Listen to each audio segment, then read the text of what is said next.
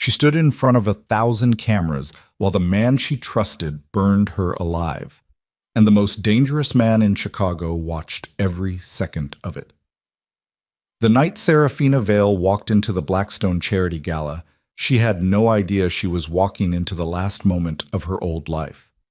Damian Cross took the microphone, smiled at the crowd, and destroyed her in 90 seconds flat. Fraud charges, forged contracts, stolen money, all of it a lie, all of it broadcast live, all of it designed to bury her before she could open her mouth. 500 phones lifted, 500 strangers recorded her face while it broke, and then the doors opened, and Lucian Moretti walked in.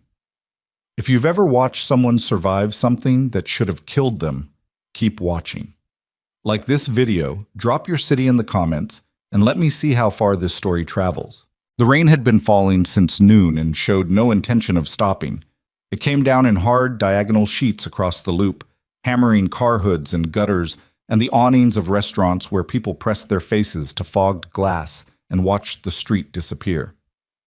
By 7 in the evening, Lower Wacker Drive ran like a shallow river. Cab drivers cursed. Tourists retreated. The city folded inward the way Chicago always did in bad weather. Not softly, not gracefully, but with a kind of blunt municipal resignation, as if the infrastructure itself had decided to endure rather than resist. Serafina Vale stood in the back seat of a hired car 2 blocks from the Blackstone Hotel and told herself for the 4th time that she could still turn around. She didn't believe it any more than she had the first 3 times. The driver, a heavy-set man with a Lithuanian accent and a pine air freshener that had been dead for weeks, glanced at her in the mirror. He didn't say anything. He'd picked her up outside her apartment building on North Clark 40 minutes ago, and he'd read the silence correctly.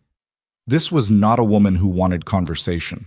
This was a woman running through something in her head on a loop, tightening the same knot over and over. She was wearing a black dress she'd bought 2 years ago for a different event, a different version of her life. The fabric still fit. The person who'd bought it felt like someone she'd read about. Her hair was up because she'd spent 20 minutes trying to wear it down and finally accepted that her hands were shaking too badly to make it work. Small pearl earrings, no necklace. The kind of understatement that took effort and looked like it hadn't. On her phone, 3 texts from her friend Danny sitting unread. "You don't have to go. You know that, right? Sarah, call me." She put the phone face down on the seat. The Blackstone Charity Gala happened every November. It was old money dressed up as philanthropy. A ballroom full of people who wrote checks large enough to name hospital wings and small enough not to feel the loss, who air-kissed each other over crystal glasses and said, "We really must get together," while meaning nothing by it. Serafina had attended 4 times when she was with Damian, back when she had a title, an office, a future, back before he'd taken all 3 and handed her a reputation that made people cross the street. She had not been invited this year. She had invited herself. The driver eased to the curb. Through the rain-streaked window, she could see the hotel entrance. Valets in black raincoats, a red carpet going dark with wet, a clutch of photographers under umbrellas, camera flashes popping in the downpour like small, cold lightning.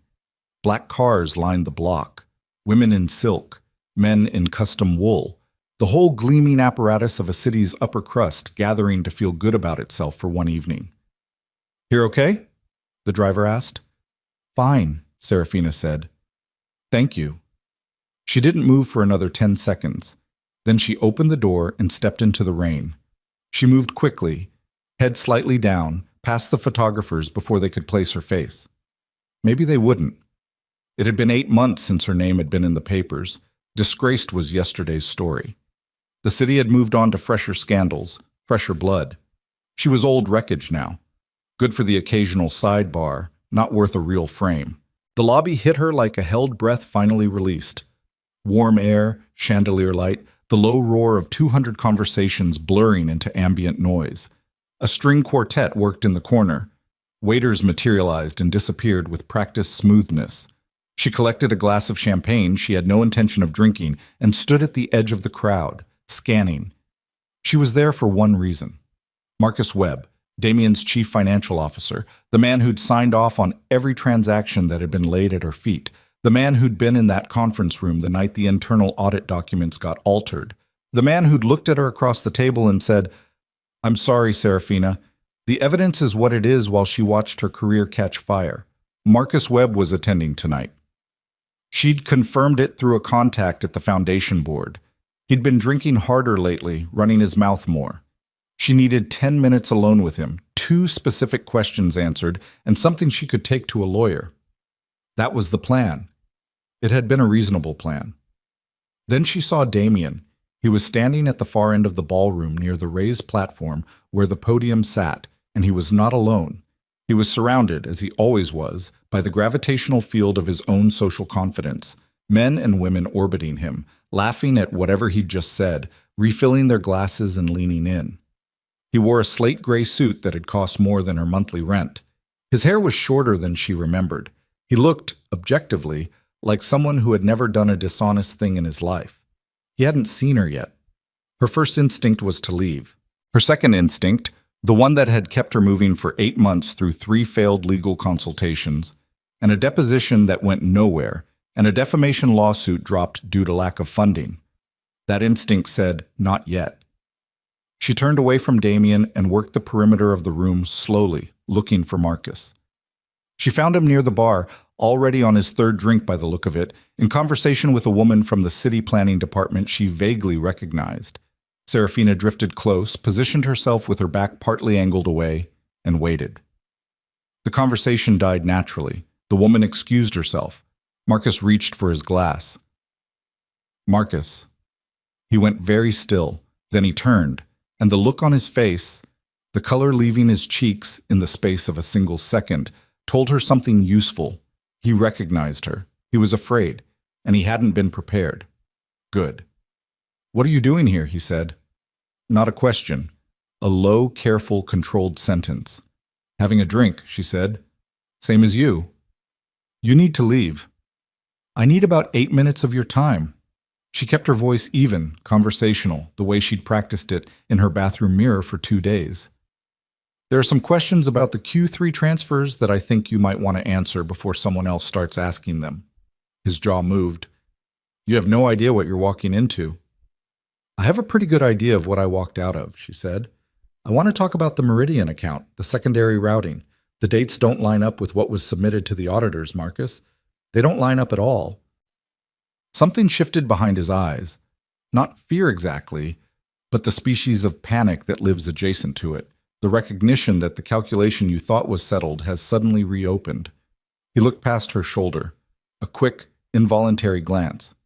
She felt the cold before she understood why. Serafina, Damien's voice.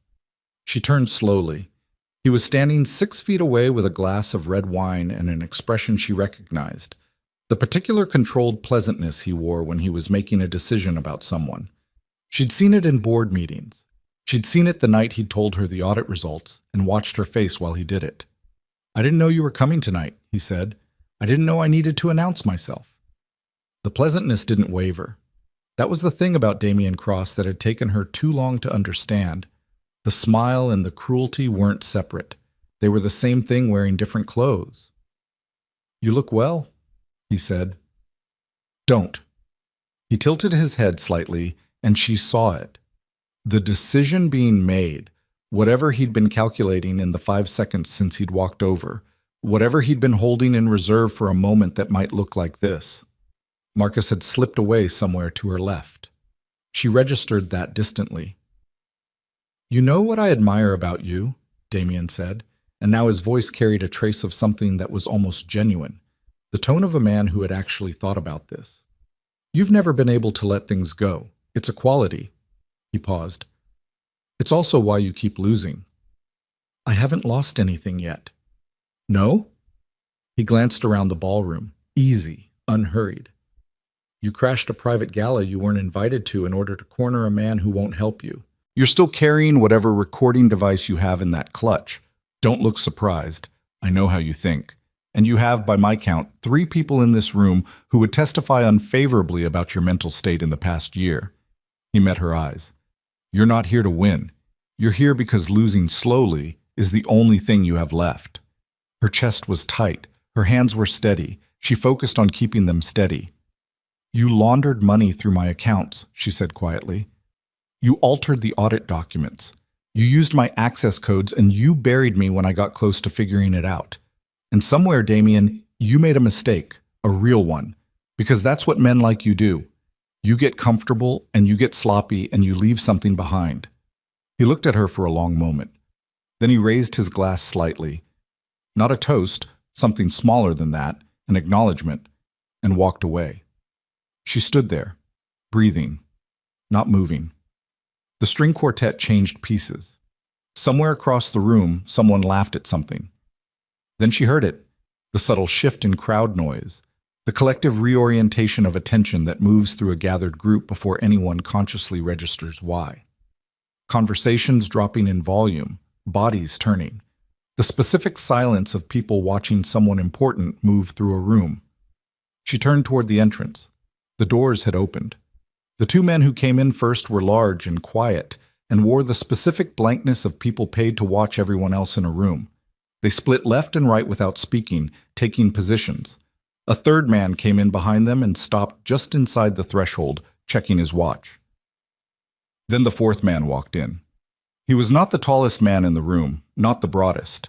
He wore a charcoal suit, no tie, a shirt the color of ash, and he moved with the unhurried deliberateness of someone who had never once needed to rush toward anything because anything he wanted had learned to wait. His hair was dark with a thread of silver at the temples. His face was angular, controlled, the kind of face that gave nothing away because it had been built, year by year, to give nothing away. She knew who he was. Anyone in Chicago who paid even peripheral attention to how power actually moved through the city knew who he was. Lucien Moretti. She'd seen his photograph exactly once, a grainy frame from a city council security feed that had circulated briefly in a Tribune investigative piece 3 years ago, before the piece was killed and the journalist who wrote it was quietly reassigned. The photograph had shown a man leaving a building on South Michigan at 2 a.m, collar up, face half turned. It had shown enough. He stood just inside the ballroom entrance and his eyes moved across the room with the systematic patience of someone who was looking for something specific. Not performing. Not socializing. Looking. His gaze swept left, then right. Then it landed on her and stopped. She had the sudden, disorienting sensation of being identified. Not recognized. She was confident they'd never met, but identified, the way a sniper identifies a target, the way a diagnostician identifies a fracture in an X-ray. With precision and without sentiment, he held her gaze for 3 full seconds. Then he started walking toward her. Around her the crowd parted. Not dramatically, not the way it happened in films, bodies lurching back in obvious fear, but with the small, unconscious adjustments of people who sensed something and responded to it without knowing why. Conversations interrupted mid-sentence. Eyes tracked him and then looked away. Damien, at the far end of the room, had gone very still. Lucien Moretti stopped in front of Serafina Vale with 4 feet of distance between them and said nothing. He looked at her the way you look at something you've been thinking about for a long time and have finally decided to touch. "You came alone," he said.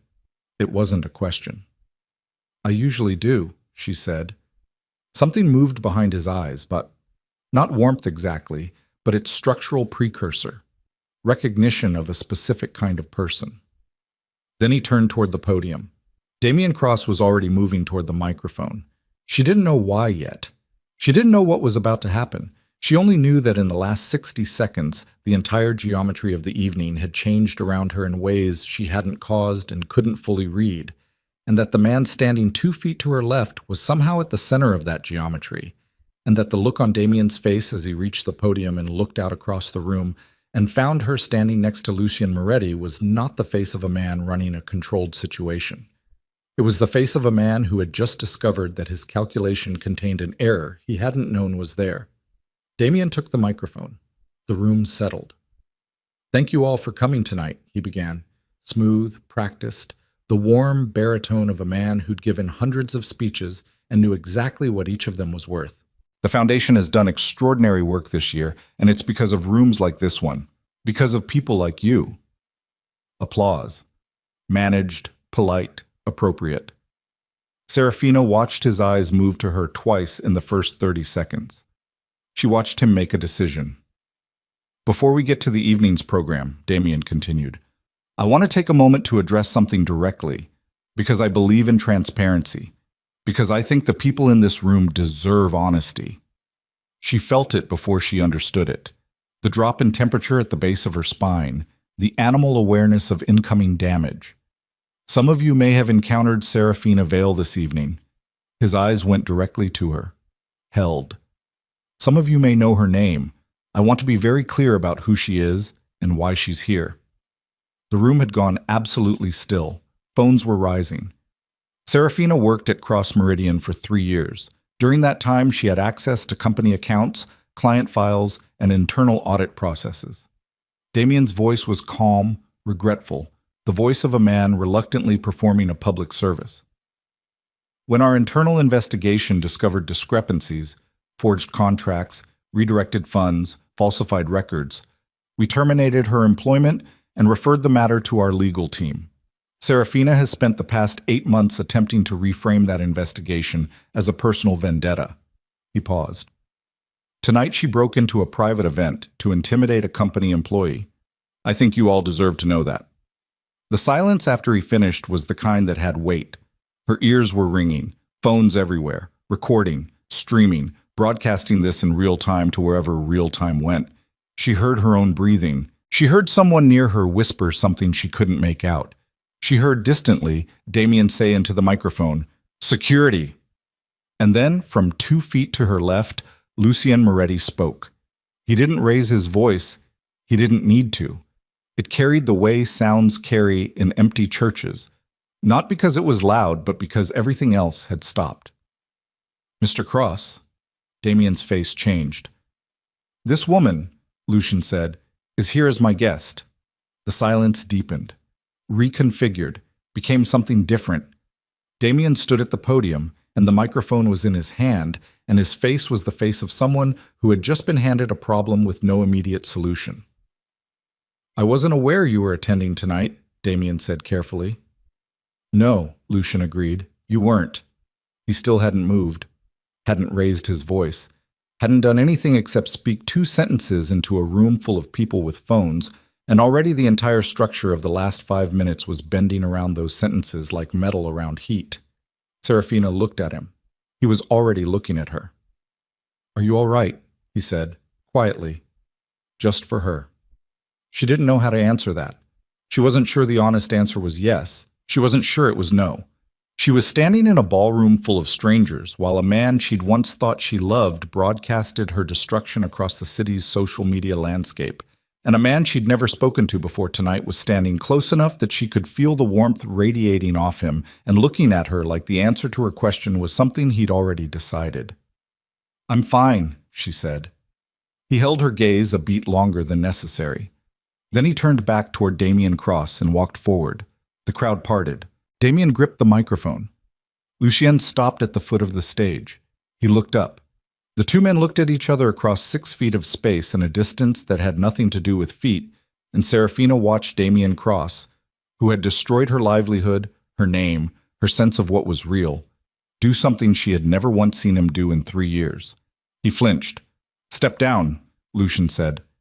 Just that. 2 words. No anger, no theater. Damien stepped back from the microphone. The room held its breath. Lucien reached into his jacket pocket, produced his phone, made 1 call, short and quiet, in Italian, ended it, put the phone away. Then he turned towards Serafina and crossed back to where she stood. We need to leave, he said. I came here for a reason. I know why you came. His voice was low, private, cutting under the ambient noise of a room full of people pretending not to stare. Marcus Webb left through the kitchen 5 minutes ago. He won't be the way through this. She stared at him. How do you know what I came here for? He looked at her steadily. Because I've been building a case against Damien Cross for 6 months. And 3 weeks ago, your name showed up in documents I wasn't expecting to find it in. Her mouth went slightly dry. What kind of documents? The kind, he said carefully, that make clear you were used, not complicit, and the kind that explain why Damien needed you destroyed before you could start asking the questions you came here tonight to ask. Behind him, she could see the crowd beginning to unfreeze, whispers picking up again, heads bent together, phones still out, but the energy shifting from shock to something more analytical, more social, the city machine beginning the process of deciding what this meant and what to do with it. Damien had vanished somewhere toward the back of the room. Two of Lucien's men had moved to positions she hadn't seen them take. "If I leave with you, Serafina said, "what does that mean?" He considered the question with the seriousness it deserved. "It means tonight you're under my protection. It means Damien doesn't touch you. It means you get to hear what I know." He paused. "What it means after that depends on what you decide." She looked at him. This man she didn't know, whose name was attached to things she didn't want to know about, who had walked into a room and changed its physics by existing in it, who was looking at her right now like she was the only specific thing in an otherwise general world. "You don't know me," she said. "No," he agreed. "So why?" Something moved across his face. Not quite an expression, the shadow of one. "Because I've been watching Damien Cross conduct business for 6 months," he said. "And because the first time in all of that time that I've seen him look genuinely afraid," he glanced toward where Damien had disappeared, then back to her, "was 30 seconds ago." She felt something in her chest that she didn't have a clean name for. Not relief, not trust. Something rawer than both. Outside, through the tall windows at the far end of the ballroom, the rain kept falling. The city lights made the wet streets glow amber and white.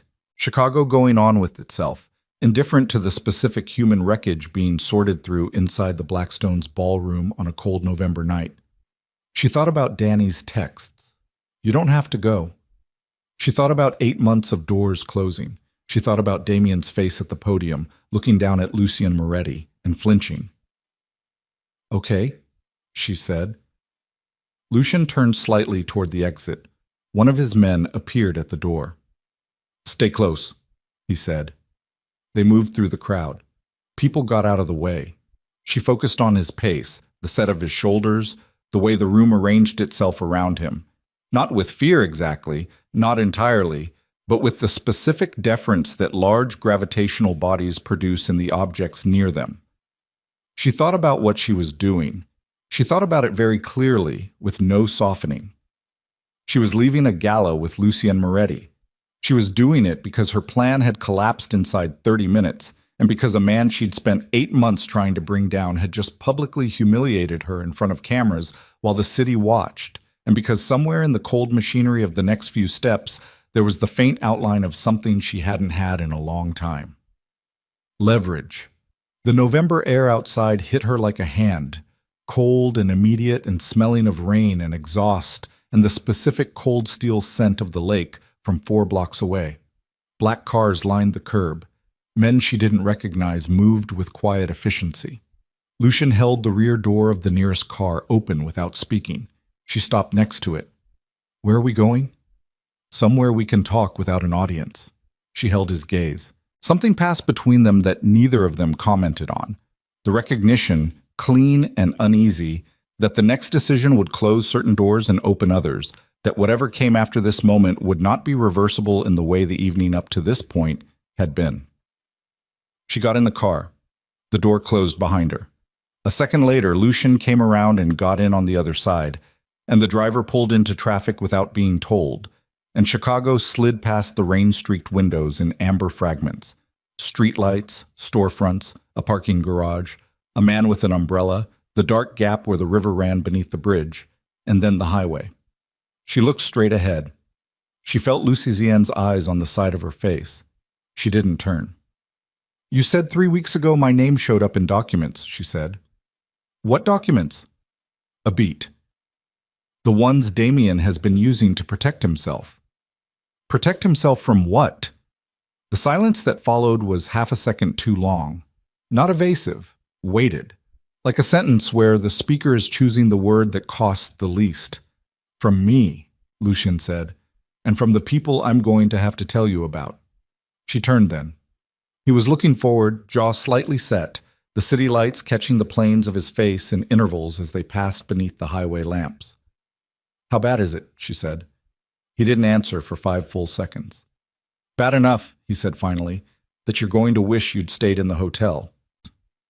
The car kept moving through the rain-soaked Chicago night, and behind them, in the glittering ballroom they'd left behind, Damian Cross was already on his phone, and whatever he was saying, whoever he was calling, the specific controlled pleasantness had left his face entirely, and what was there in its place was something older and uglier and much more honest. The car rode in silence for 11 minutes. Serafina knew because she watched the clock on the dashboard. Not because she was anxious about the time, but because she needed something concrete to focus on while she processed the fact that she was sitting in the back of an armored SUV next to a man whose name appeared in federal reports as a footnote and in street-level conversation as a warning. Lucien didn't fill the silence. He sat with one arm resting against the door, watching the city pass, and the stillness in him was not the stillness of a man who was uncomfortable with quiet.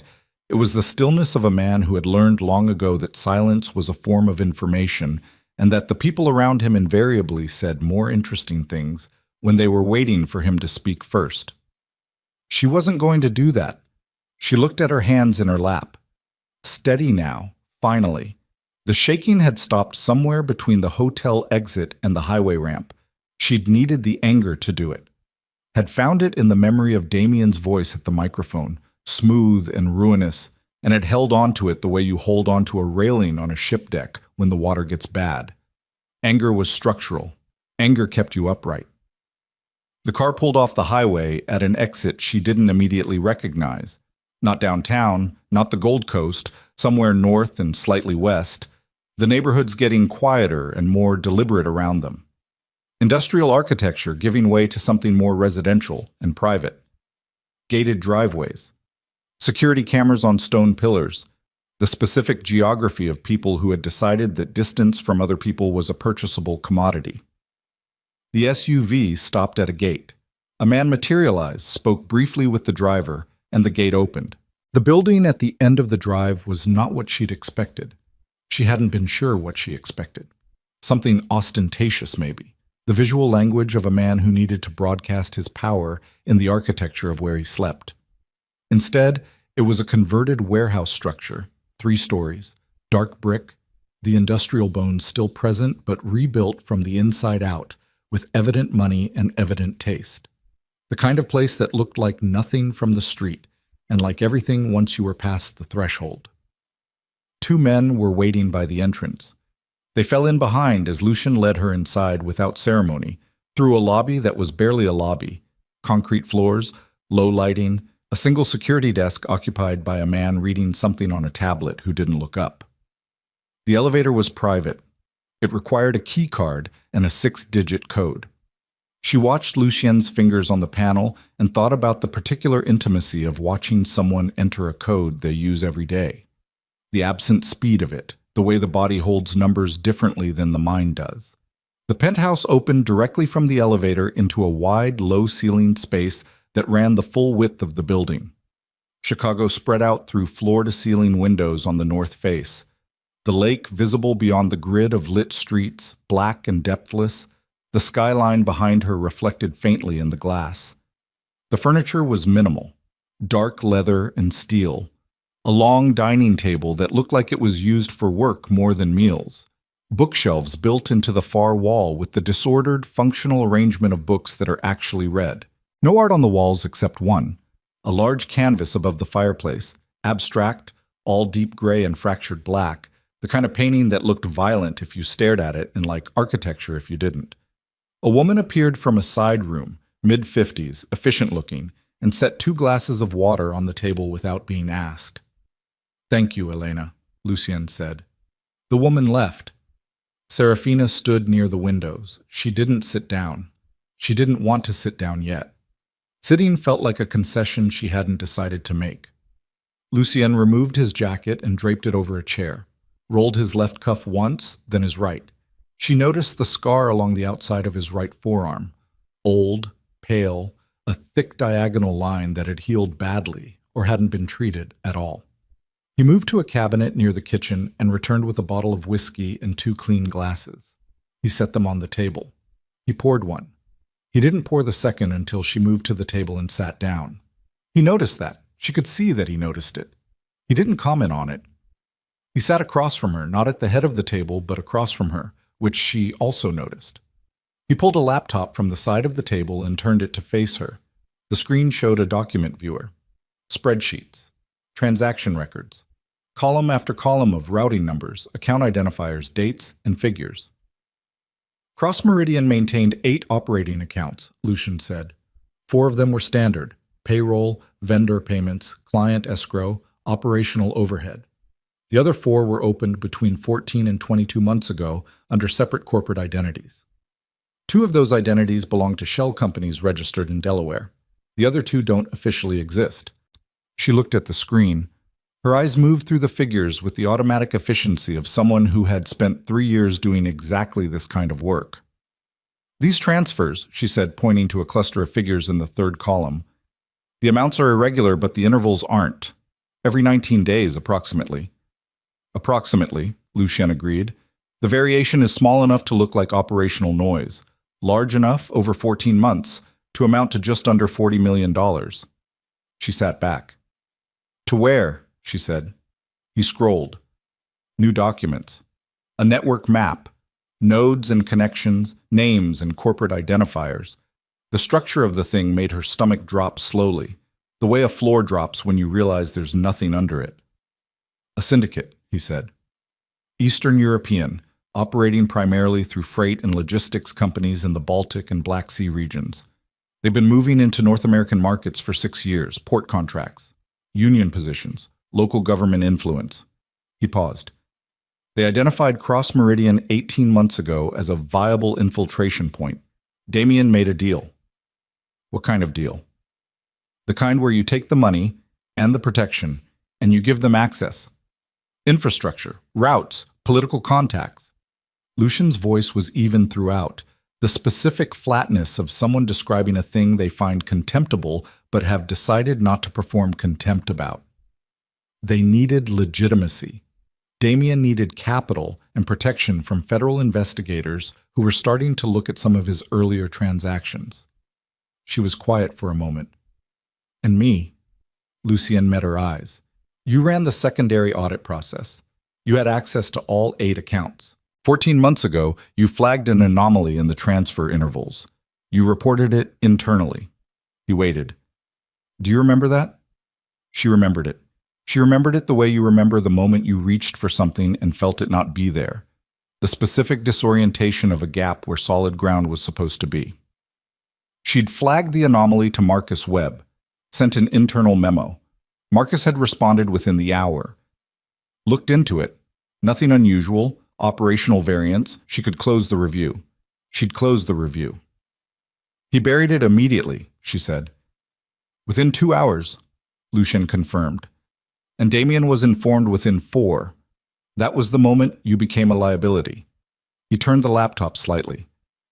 They spent the next 2 months building the case against you, altering records, inserting your access credentials into transactions you didn't make. By the time the formal investigation was opened, the paper trail was complete. She looked at the screen, at the documents, at the evidence of how precisely and thoroughly and cold-bloodedly she had been constructed as a criminal by the people she'd worked for, trusted, in one case, loved. You have all of this, she said. Most of it. Not all. Why haven't you used it? He was quiet for a moment. In the quiet, she heard the building. The low, mechanical hum of a climate system, something distant and structural. The city outside reduced to near silence by the glass. Because destroying Damien Cross is not the primary objective, he said. The syndicate is.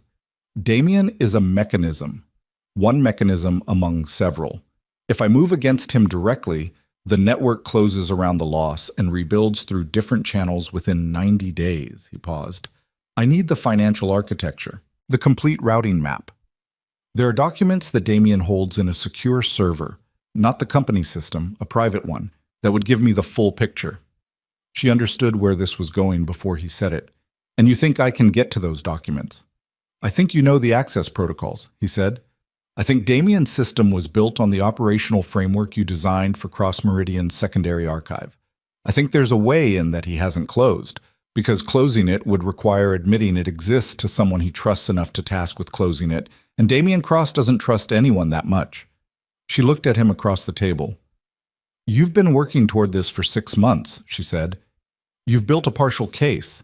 You have resources, contacts, leverage." She held his gaze. "Why do you need me?" Something shifted in his face, not discomfort, the absence of the control he'd been maintaining. "Because the access path requires biometric verification," he said. "Fingerprint and voice. Damien built it that way after you left. He used your credentials as the template." A pause.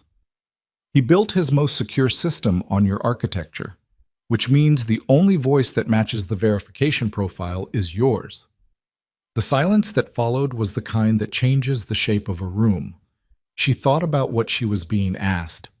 Not in abstract, concretely, procedurally, with the part of her mind that had always been good at seeing the actual steps inside a proposed sequence of events. She thought about what it meant to be the person Damien had framed, sitting across from the person Damien feared, being told that the instrument of her own destruction had been built in her own image. The thing that rose in her chest then was not righteous. It was not clean. It was the thing that 8 months of losing had deposited in the place where her professional pride had been. Dense, dark, and entirely without patience for the distinctions between justice and destruction. "If I help you get those documents," she said, "what happens to me? The evidence exonerating you is already complete. I can have it in the hands of an attorney and 2 federal investigators by morning." "That's not what I asked." He held her gaze. "I don't know yet," he said. "That's the honest answer." She almost respected him for that. Almost. She looked at the whiskey glass she hadn't touched yet, looked at the rain-blurred city beyond the glass. Thought about Damien at the podium, smooth and devastating, while the phones went up. Thought about the 8 months, the deposition. The lawyer who'd looked at her across his desk and said, with genuine but useless sympathy, "The evidence they have is very thorough." She picked up the glass and drank. It was good whiskey. Of course it was. "I want access to everything you have," she said. "Not summaries, everything." "Agreed. And I want to be present when the exoneration materials go to the investigators. Not a proxy. Me." "Agreed.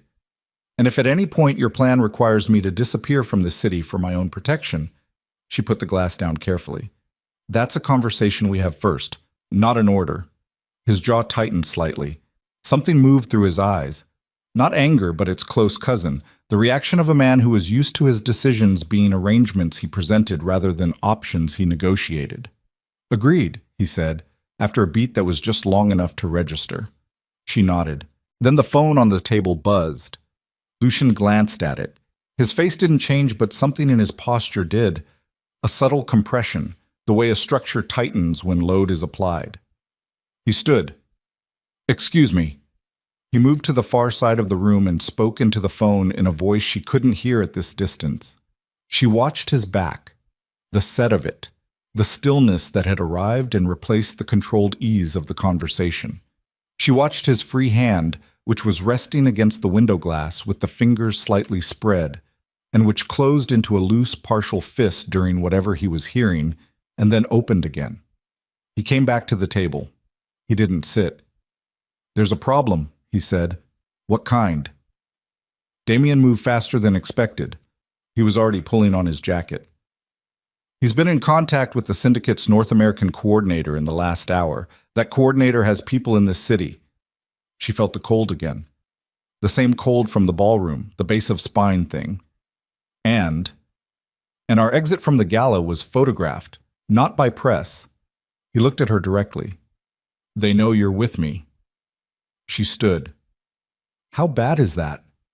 He held her gaze with the specific steadiness of a man who has decided on honesty. "It means Damien told them you're a problem. It means they've just been given a reason to agree with him." He moved toward the elevator. "We need to move you." "Move me where?" "Somewhere with better coverage." He pressed the key card to the panel. "My people are already repositioning."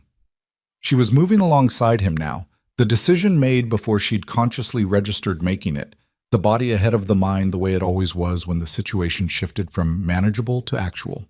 "This is because I walked out of that gala with you," she said. Yes. So your protection is what created the threat. He looked at her in the elevator, flat, honest.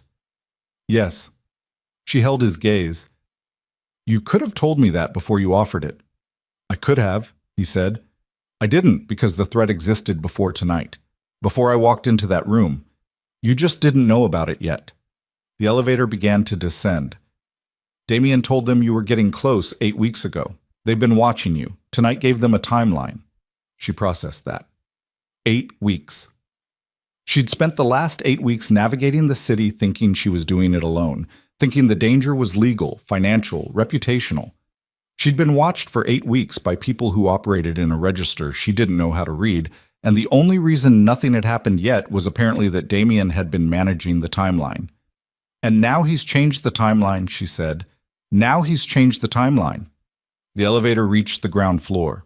The lobby was different now.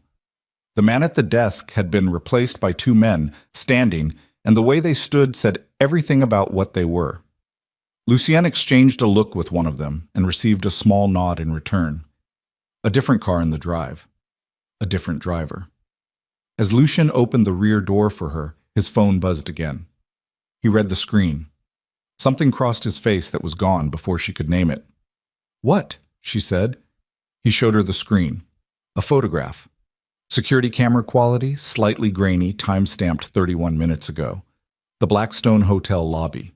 3 men she'd never seen before, moving toward the exit with the particular directional purpose of people who had been given an address.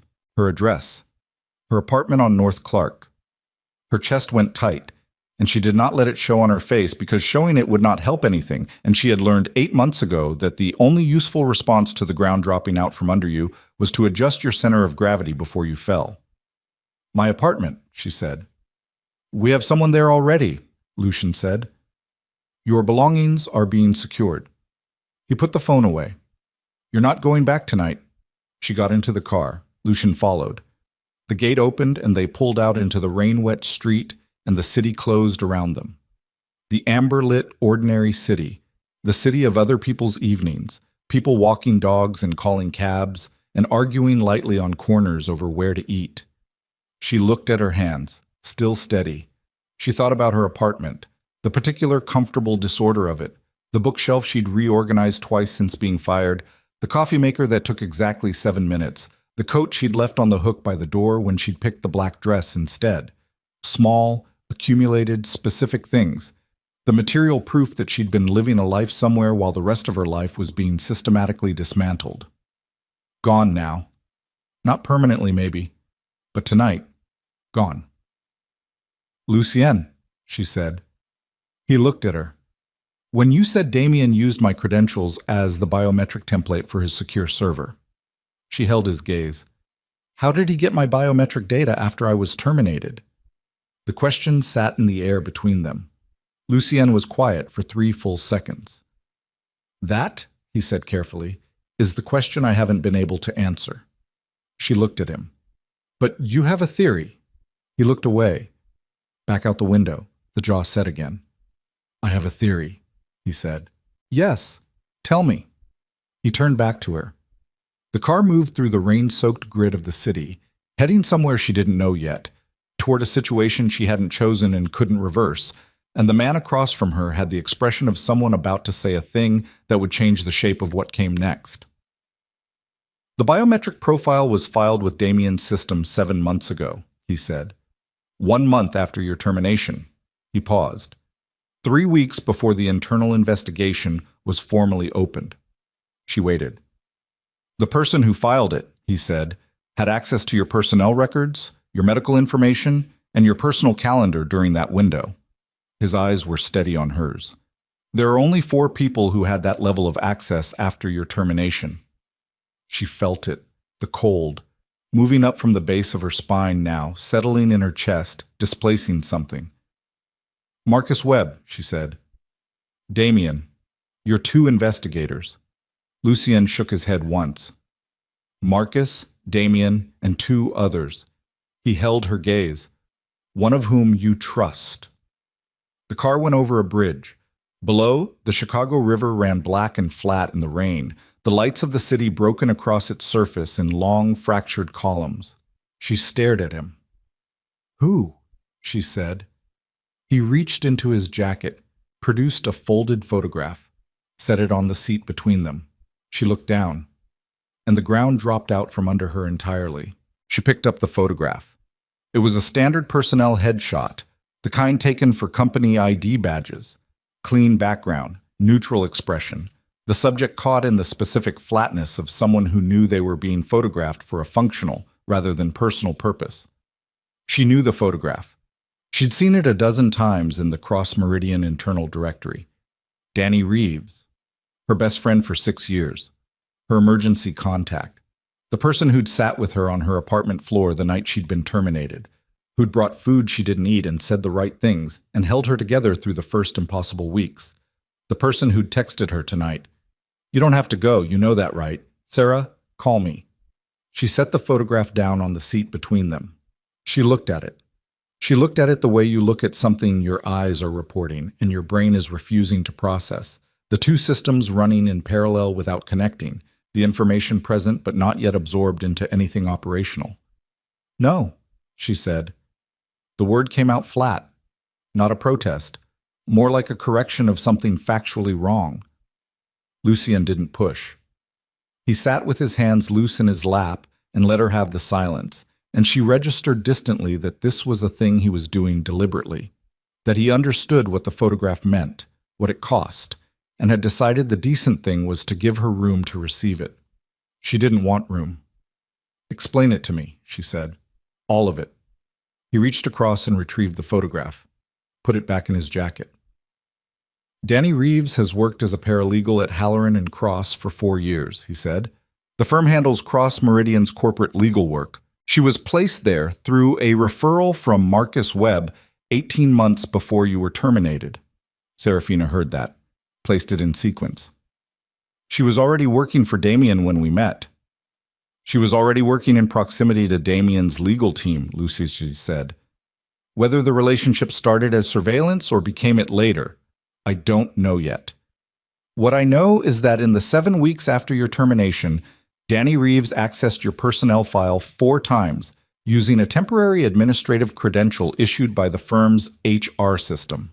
The credential was logged. The accesses were not flagged because the file had already been deactivated. She pulled my biometric data. She pulled your medical records, your fingerprint verification enrollment forms from the company security registration, and your voice print file from the IT security archive." He paused. "The voice print was recorded when you set up your senior level authentication 18 months ago. You would have read a standard verification phrase." She remembered it. She remembered sitting at her desk on a Tuesday morning, IT department call, reading a sentence into her phone's microphone for the security protocol. A sentence that had been chosen, she'd been told, because it covered the full phonemic range required for voice recognition software. She'd read it without thinking about it. It had taken 30 seconds, 18 months ago. "She gave all of it to Marcus," Serafina said. "Who gave it to Damien's technical team?" Lucien's voice was even throughout. "Who built the biometric profile and installed it on the private server?" She was aware of her breathing. She was making herself breathe at a normal rate and depth, not because she was calm, but because it was the only physical thing she could control right now, and she needed to control something. 6 years. Danny had been in her life for 6 years. She'd been the person Serafina called when her father got sick. She'd been the person who'd driven her home from the hospital the night of the accident 2 winters ago. She'd been, in the vocabulary of Serafina's actual daily life, the person who existed in the category of unconditional. And somewhere inside that 6 years, she had been something else. "Does she know what they were planning to do to me?" Serafina said. "Does she know the full scope?" Lucien was quiet for a moment. "I don't know what she was told," he said. "I know what she did." It was an honest distinction, and she hated it for being one, because it left a space she didn't want left, the space where she would have to decide eventually what she believed about Danny's intentions, and she was not ready to do that yet, and she was not sure she ever would be. "Where is she now?" Serafina said. "Her apartment, as far as we know." "Has she been told that I know?" No. She looked out the window. The city moved past. She didn't see it. Good, she said. Leave it that way. Lucian looked at her. For now, she added. The car turned. The neighborhood outside had changed. She didn't know this part of the city well. The streets narrower, less commercial, residential blocks with the quiet density of places that kept to themselves. Where are we going? She said. A secondary location. Secure. Your people? Yes. She nodded. Let it be. She spent the rest of the drive not thinking about Danny. That was a specific, deliberate effort, taking the thing and setting it aside in a compartment she could close and lock, not because it didn't matter, but because letting it matter right now would cost her something she couldn't spare. She'd learned this particular skill in the 8 months since her termination. Compartmentalization wasn't denial. It was triage. The car stopped in front of a 3-flat building on a narrow block, gray stone, iron railings, the kind of building that had been solid for 60 years and would be solid for 60 more. No visible security from the street. A mailbox with a name she didn't recognize. 3rd floor, Lucy again told her. She followed him upstairs that were carpeted and slightly worn and smelled like old wood and whatever someone on the 2nd floor had cooked for dinner. The apartment on the 3rd floor was not the penthouse. It was 2 rooms, clean, spare, with the functional anonymity of a place maintained for use rather than habitation. A couch, a table, a kitchen with provisions, a bedroom with a locked cabinet. The windows looked onto the street from behind frosted lower panes. A man was already there, 40, compact, dark eyes that moved to Serafina once, and then to Lucien with the steady patience of someone waiting for instruction. Vasile, Lucien said. She stays here tonight, whatever she needs. Vasile nodded. He didn't speak to her. He moved to the kitchen and produced coffee without being asked, which she noted. Lucien stayed for 40 minutes. He spread documents across the table, physical documents, printed, flagged with tabs, and walked her through what he had and what he needed. The server Damien maintained was housed off-site, accessed remotely through a 2-stage authentication. The first stage was a password protocol his technical team had already cracked. The second stage was the biometric lock. Fingerprint and voice, both required in sequence, within a 30-second window. The voice verification uses a phrase, Serafina said. The same phrase, Lucien confirmed. The enrollment phrase. We have the original recording. She looked at him. That's not how it works, she said. Voice verification systems aren't matching recordings. They're matching live voice print. Frequency, resonance, the minor variations in real-time speech. You can't play a recording. No, but you can provide the live voice. I can provide the live voice of a phrase recorded 18 months ago. My voice has changed. We have a technical solution for the variation. What we can't replicate is your voice entirely. She looked at the documents, at the structure of what she was being asked to step into. So you need me in front of the system, live. We need you in front of the system, yes. She sat with that for a moment. When? She said. There's a window in 72 hours. Damien is attending a conference in Washington. He'll be away from the city for 36 hours. During that window, remote access to the server is the only access. He won't be watching the authentication logs in real time. And if something goes wrong, Lucien held her gaze, then we adapt. She nodded slowly. He left an hour later and she sat in the spare apartment on a couch that smelled like nothing and listened to Vasile make himself coffee in the kitchen and thought about Danny's face. The specific quality of Danny's face when Serafina had called her from the lobby of the employment attorney's office 7 months ago, voice barely holding, and Danny had said, "I'm coming, don't move, I'm coming right now." The specificity of that, the realness of it. The thing about betrayal that nobody told you, she thought, was that the history didn't stop being real. It didn't retroactively empty. 6 years of genuine moments didn't become false because one layer of them had been something else. They just became unbearable in a different way. She didn't sleep well. She slept in pieces, an hour, then awake in the dark of a room she didn't know, the sounds of the building settling around her like a strange language. The rain had stopped. Somewhere after 3 in the morning, she heard a car alarm start and cut off and start again. And she lay in the dark and thought about the photograph, and the enrollment phrase, and the 30-second window, and the 72 hours. Morning came gray and cold through the frosted glass. Vasily produced breakfast without being asked, eggs, toast, coffee, and she ate standing at the kitchen counter because she wasn't ready to feel settled, and he didn't comment on that. Lucien arrived at 9. He looked like he hadn't slept either, though on him it showed differently. Not in softness, but in a kind of stripped-down economy of expression, the face down to its structural elements, nothing spare operating. He was carrying a tablet and a phone, and the jacket he'd worn last night was replaced by a dark Henley and a heavier coat. Damien filed a complaint with CPD this morning, he said without preamble. Trespassing and harassment, you at the gala. She stared at him. He moved fast. He's managing the narrative, Lucien said. Same play, different board. His attorney released a statement at 7 a.m. It's already in 3 outlets. He set the tablet on the table, screen up. She read the statement. It was precise and specific and very well crafted, acknowledging the previous evening, characterizing Serafina's presence as a continuation of a documented pattern of harassment, referencing the legal proceedings with language designed to sound measured and sad about the whole thing. Damien was quoted once, briefly. I wish her well, but I can't allow this behavior to continue. He's trying to get ahead of me before I can use anything, she said. He's trying to establish that anything you say is motivated by a harassment campaign. Lucien sat. If you go to investigators now, the first question they ask is why you were at a private event you weren't invited to. The second question is why you have a documented pattern of targeting cross-meridian employees. The complaint gives him the frame. She put the tablet down. She thought about the 72 hours, about the server, about the documents inside it that would dismantle the frame completely if she could get to them. We need to accelerate, she said. Lucien looked at her. The conference window, she said. You said 72 hours. Can it be done in 48?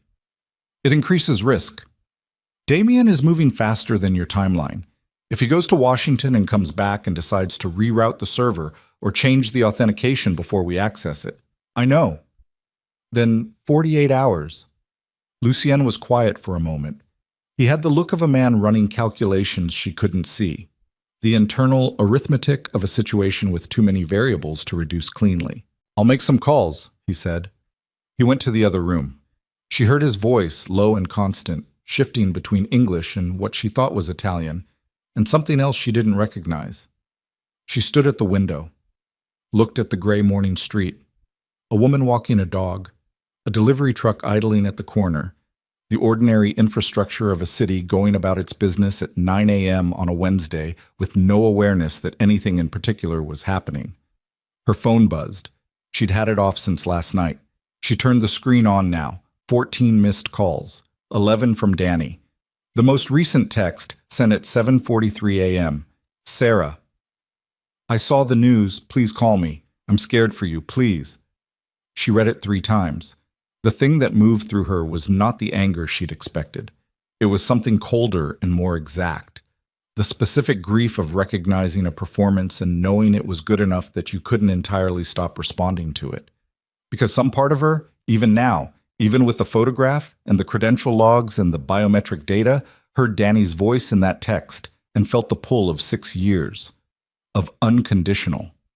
She turned the phone face down on the table. Lucien came back. 48 hours is possible, he said. It requires moving one component of the operation earlier than planned, which creates a seam. What kind of seam? There's a man named Gregor Vass, he said. He sat across from her. His voice was measured, the way it got when the information was serious. He's the syndicate's North American coordinator, the one I told you about last night, the one Damien contacted. Vass has been in Chicago for 3 days. He was due to leave before the server operation. If we accelerate, he's still in the city when we move. Yeah. Is that a problem? It means if anything triggers the authentication, if Damien's system logs an access attempt and sends an alert, Vass is close enough to respond within the hour instead of at a distance. She looked at Lucien.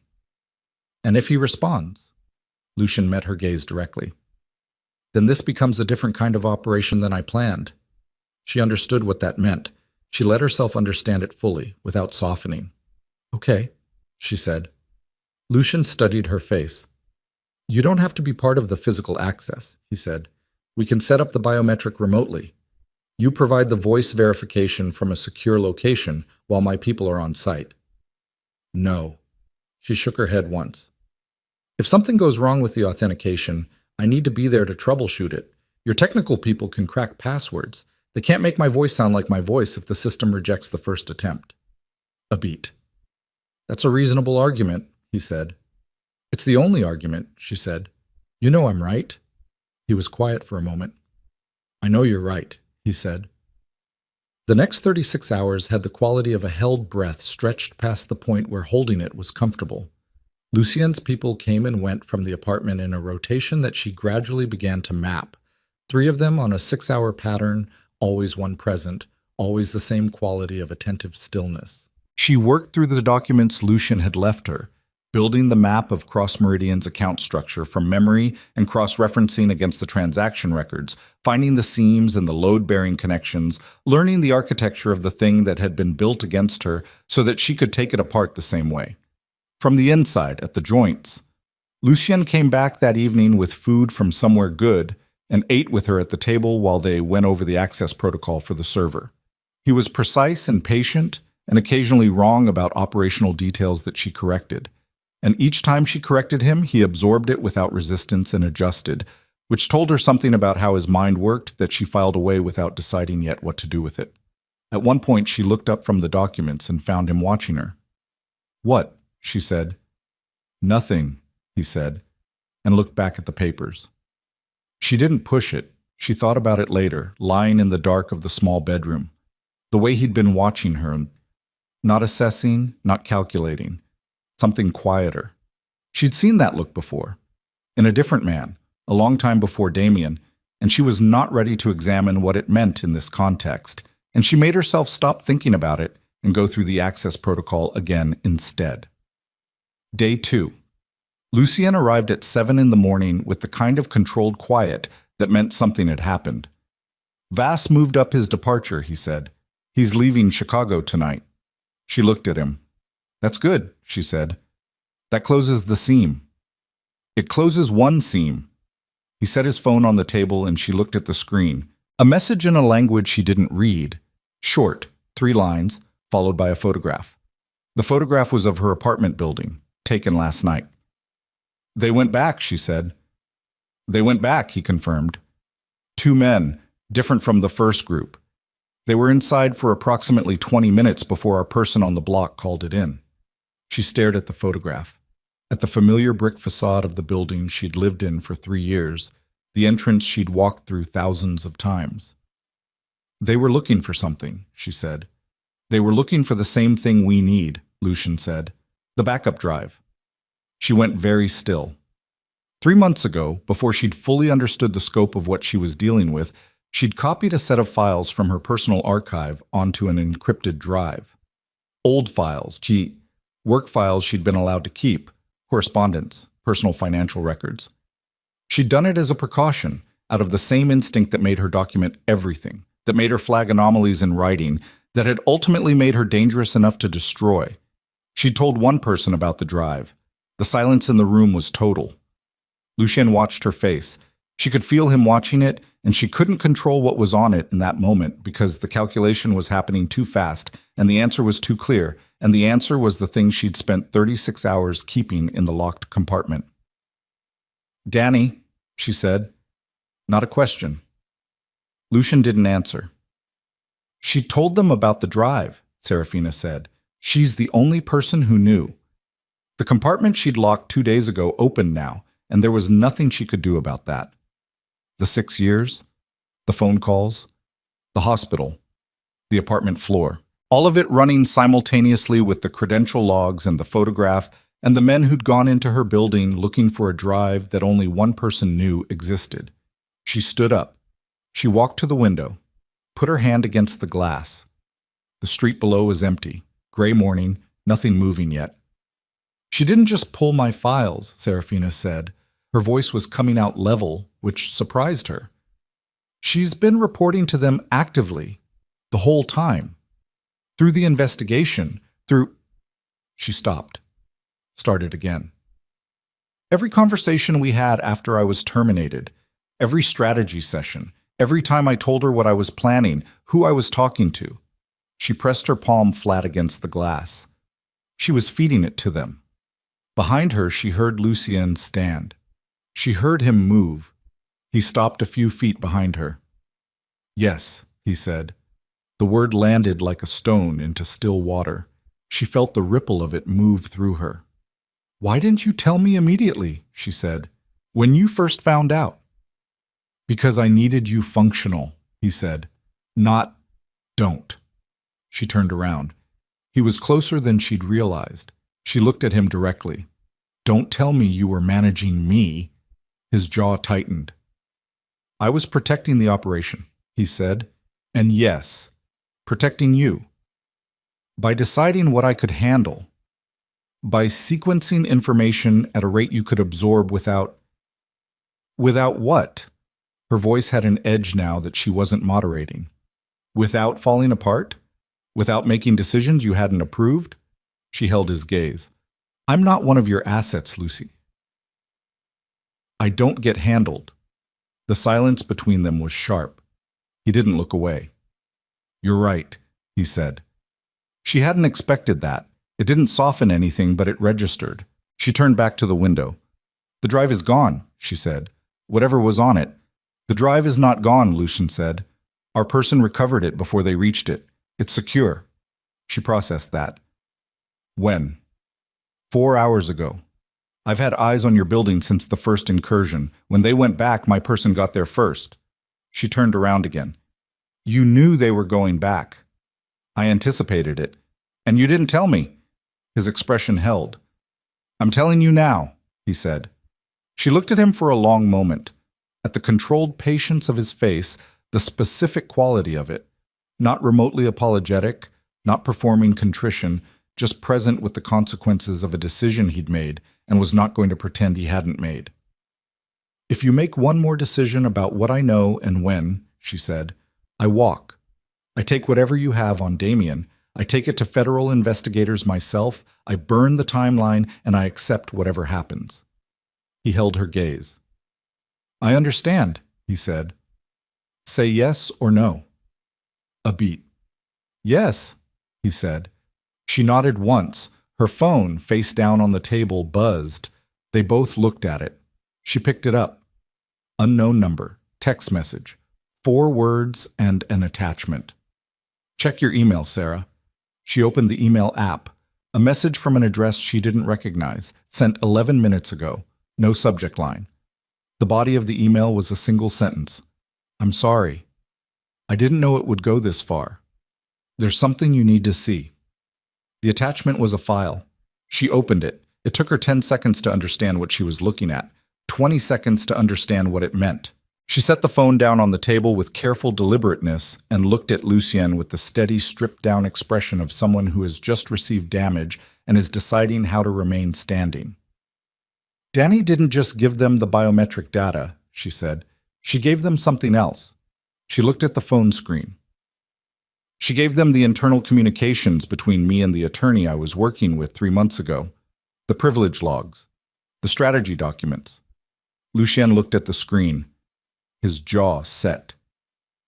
Which means, Serafina continued, that every angle of approach I've been planning for the last 3 months, every protected communication, every legal strategy, everything I thought was confidential. They know, Lucien said. They know, she confirmed, all of it. The room was very quiet. She looked at the email again. I didn't know it would go this far. She thought about what that meant, what it didn't mean.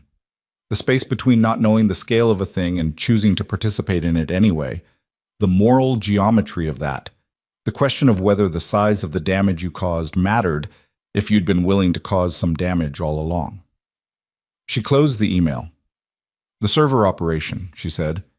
Everything we've been planning, if they know my approach, they know I've been building toward access. They might have already changed the authentication. Or they're waiting for us to attempt it, Lucien said. His voice had gone to a different register, lower, more deliberate, the register of a man transitioning from planning to something else. "So we're walking into a trap," she said. "Potentially." She looked at him. "Then we need to change what we're walking in with," she said. Lucian was very still, watching her. "What are you thinking?" he said. She picked up the phone, looked at the unknown number that had sent her the text, thought about Danny who'd just sent her a warning, which was either genuine guilt or another layer of the same performance, and she was not going to know which until she was standing in front of her.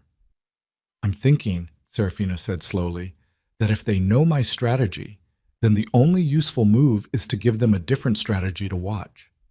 She met Lucien's eyes. "I'm thinking we use the trap." "Explain."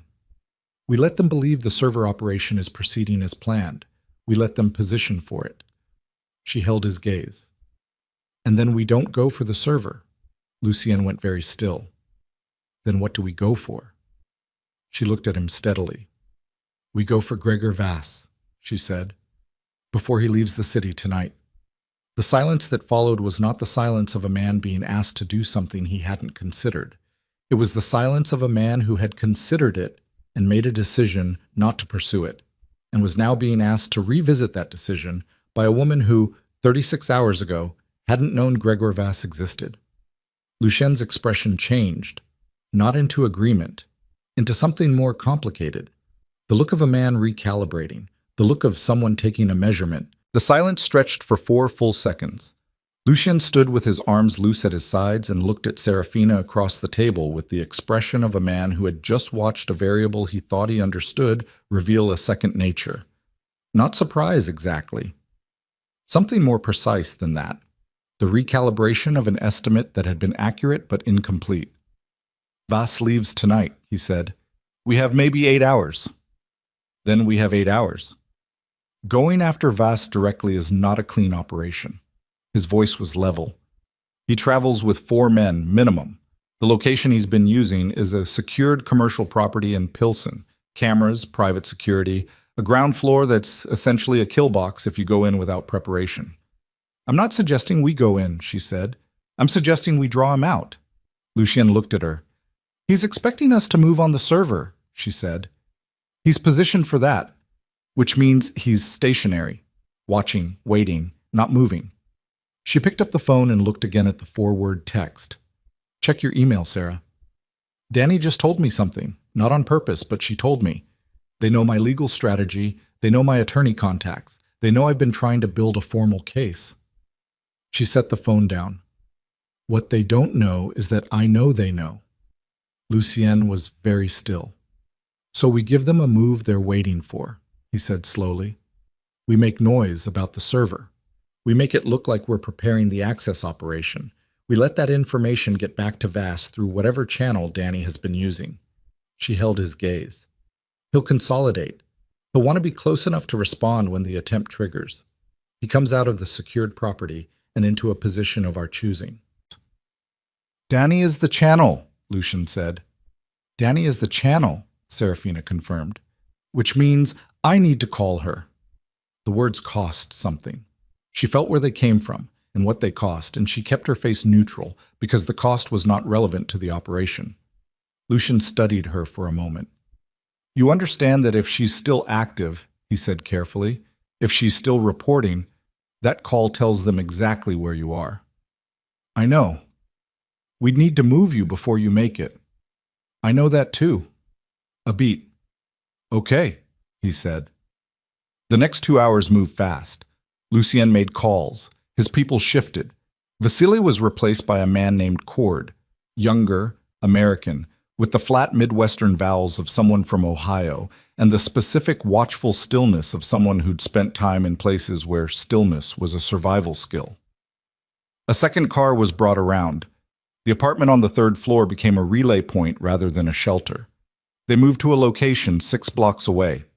A commercial space above a dry cleaner accessed through a back stairwell, with 2 exits and windows on both street-facing sides. Lucien's technical person arrived 20 minutes after them. A woman in her 30s named Hessa, carrying a laptop bag and wearing the expression of someone who had been woken up at an inconvenient hour and had decided to be professional about it anyway. Hesse set up at the table without being asked and began building a false trail. Server access preparation traffic, the digital signature of a team positioning for an authentication operation, noise in the right channels, footprints pointing the wrong direction. It needs to look real, Serafina told her, not obviously staged. I know what it needs to look like, Hesse said, without looking up. Serafina found that she respected that. At 11:47 a.m., she picked up her phone and called Danny. It rang twice. Sarah? Danny's voice came through tight with something that sounded real. The specific pitch of controlled worry, the voice of someone trying to sound steady. Thank God. Are you okay? I'm okay, Serafina said, flat, even. I need to tell you something. A small pause. What happened? We're moving tonight, Serafina said. She kept her voice tired, slightly strung out. The voice of someone at the end of their resources who was telling a trusted person more than they should.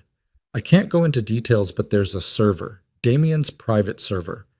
We have access and we're going in tonight, and if it works... She let her voice crack slightly on the end of that, just slightly, controlled. It's over. All of it. Silence on the other end for 3 seconds. Sarah, Danny said carefully. Who is we? I can't say. Is this Moretti? Are you still with Moretti? Danny, I just needed to tell someone. She stopped, breathed. If something goes wrong tonight, the attorney's name is Caleb Marsh. He has copies of everything, okay? You remember that name.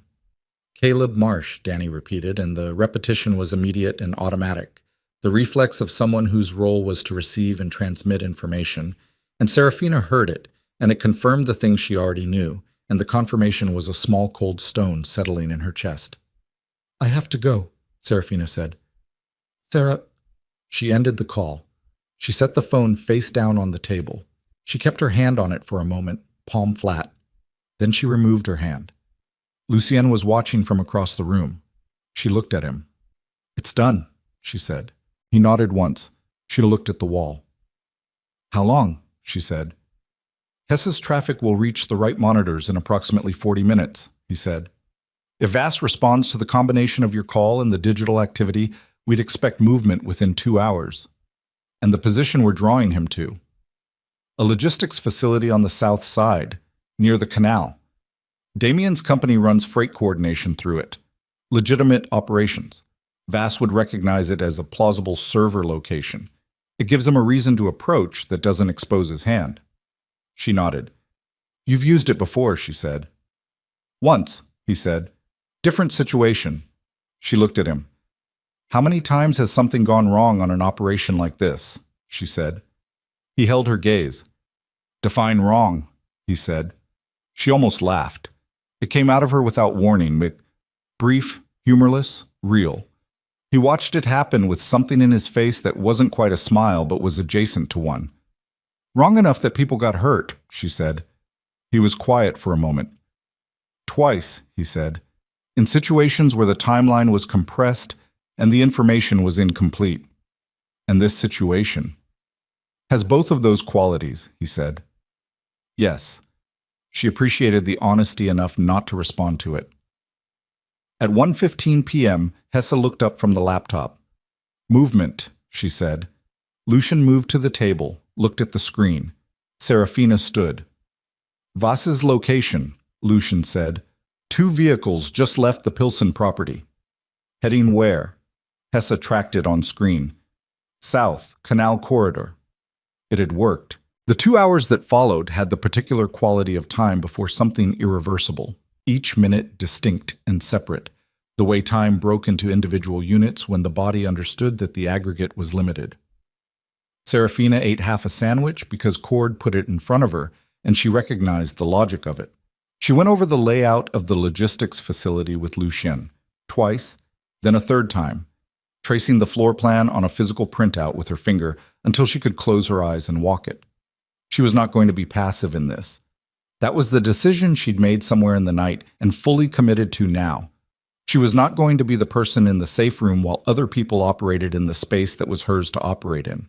The evidence she needed, the specific documentation that exonerated her completely and built the federal case against Damien and the network.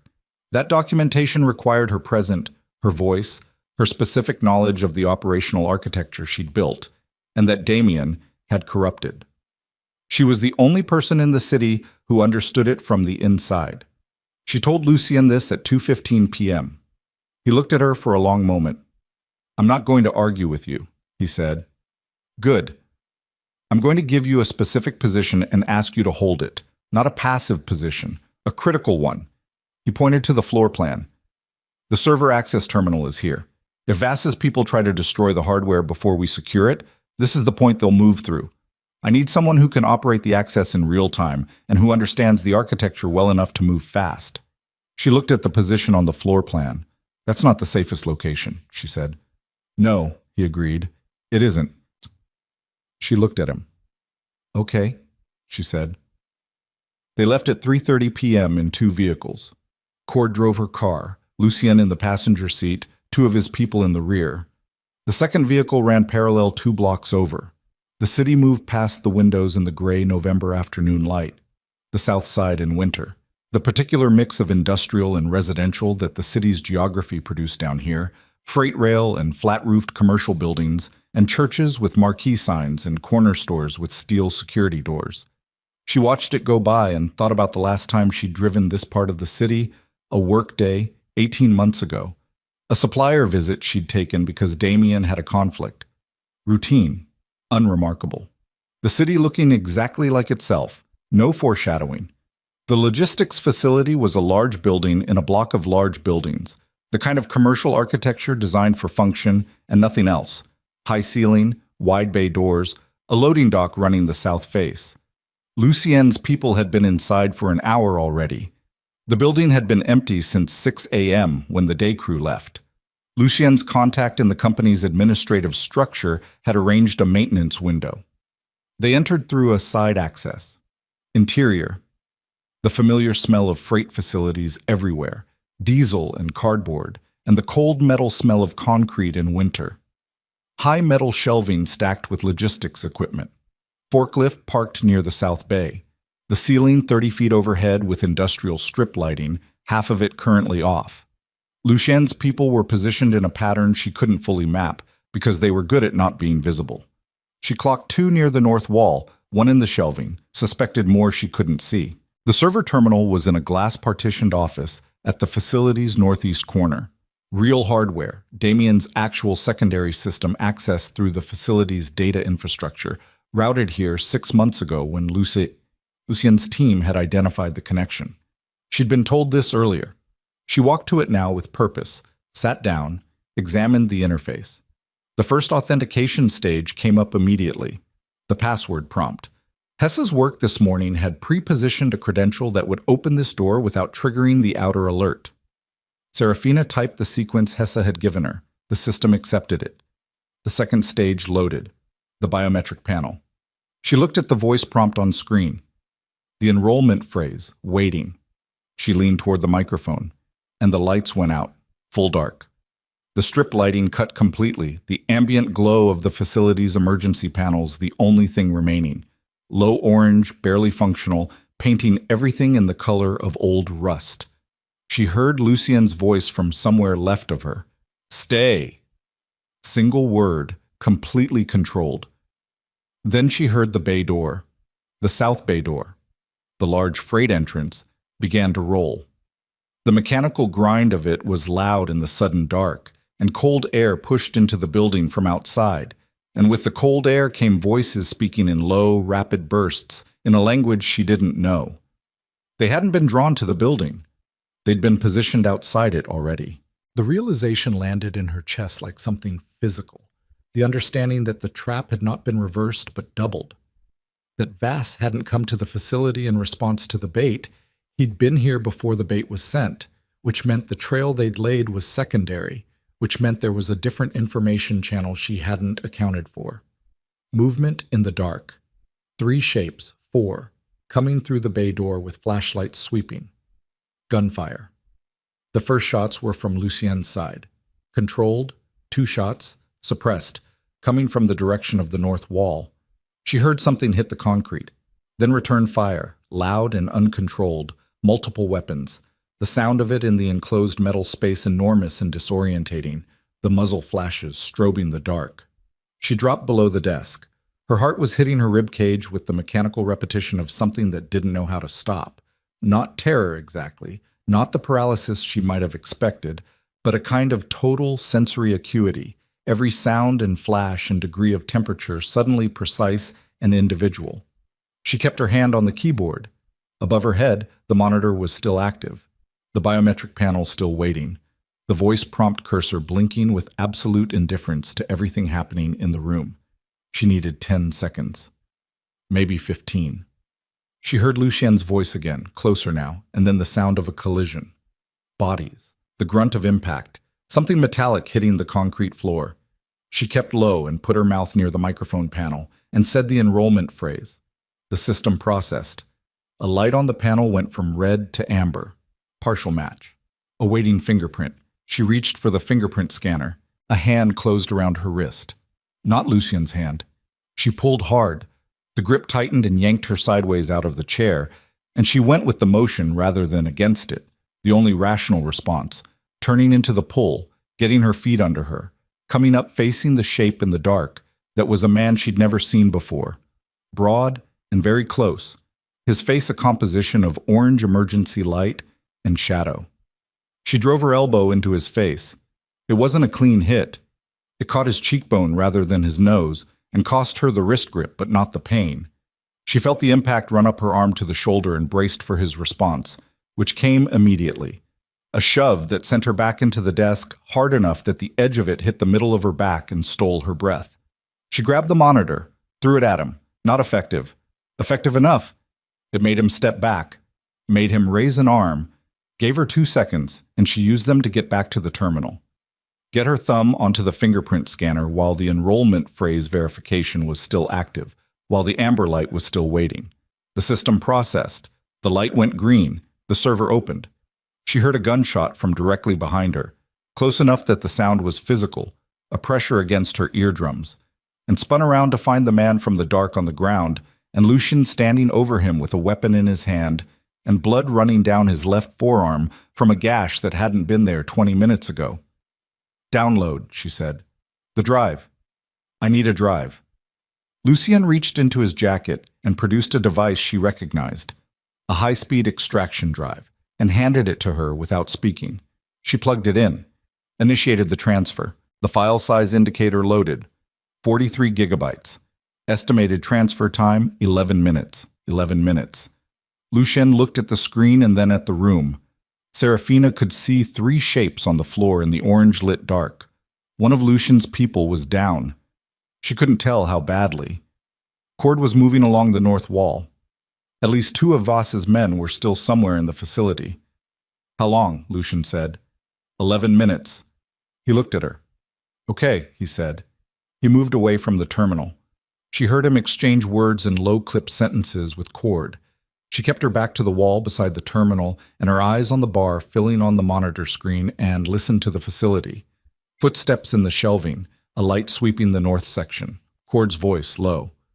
2 o'clock, upper shelf. Then movement. Fast. The sound of someone jumping from height, the crack of impact, more struggle, a single shot. Quiet. The transfer bar, 18%. She breathed. Her back was aching from the desk impact. The specific deep bruise ache of soft tissue hit against a hard edge. She noted it and set it aside. She was watching the bar and listening to the facility and holding very still and doing the specific thing her mind had always been good at when under pressure, maintaining the one necessary function and letting everything else run at a lower register. 31%. Lucien came back. He was moving differently than before.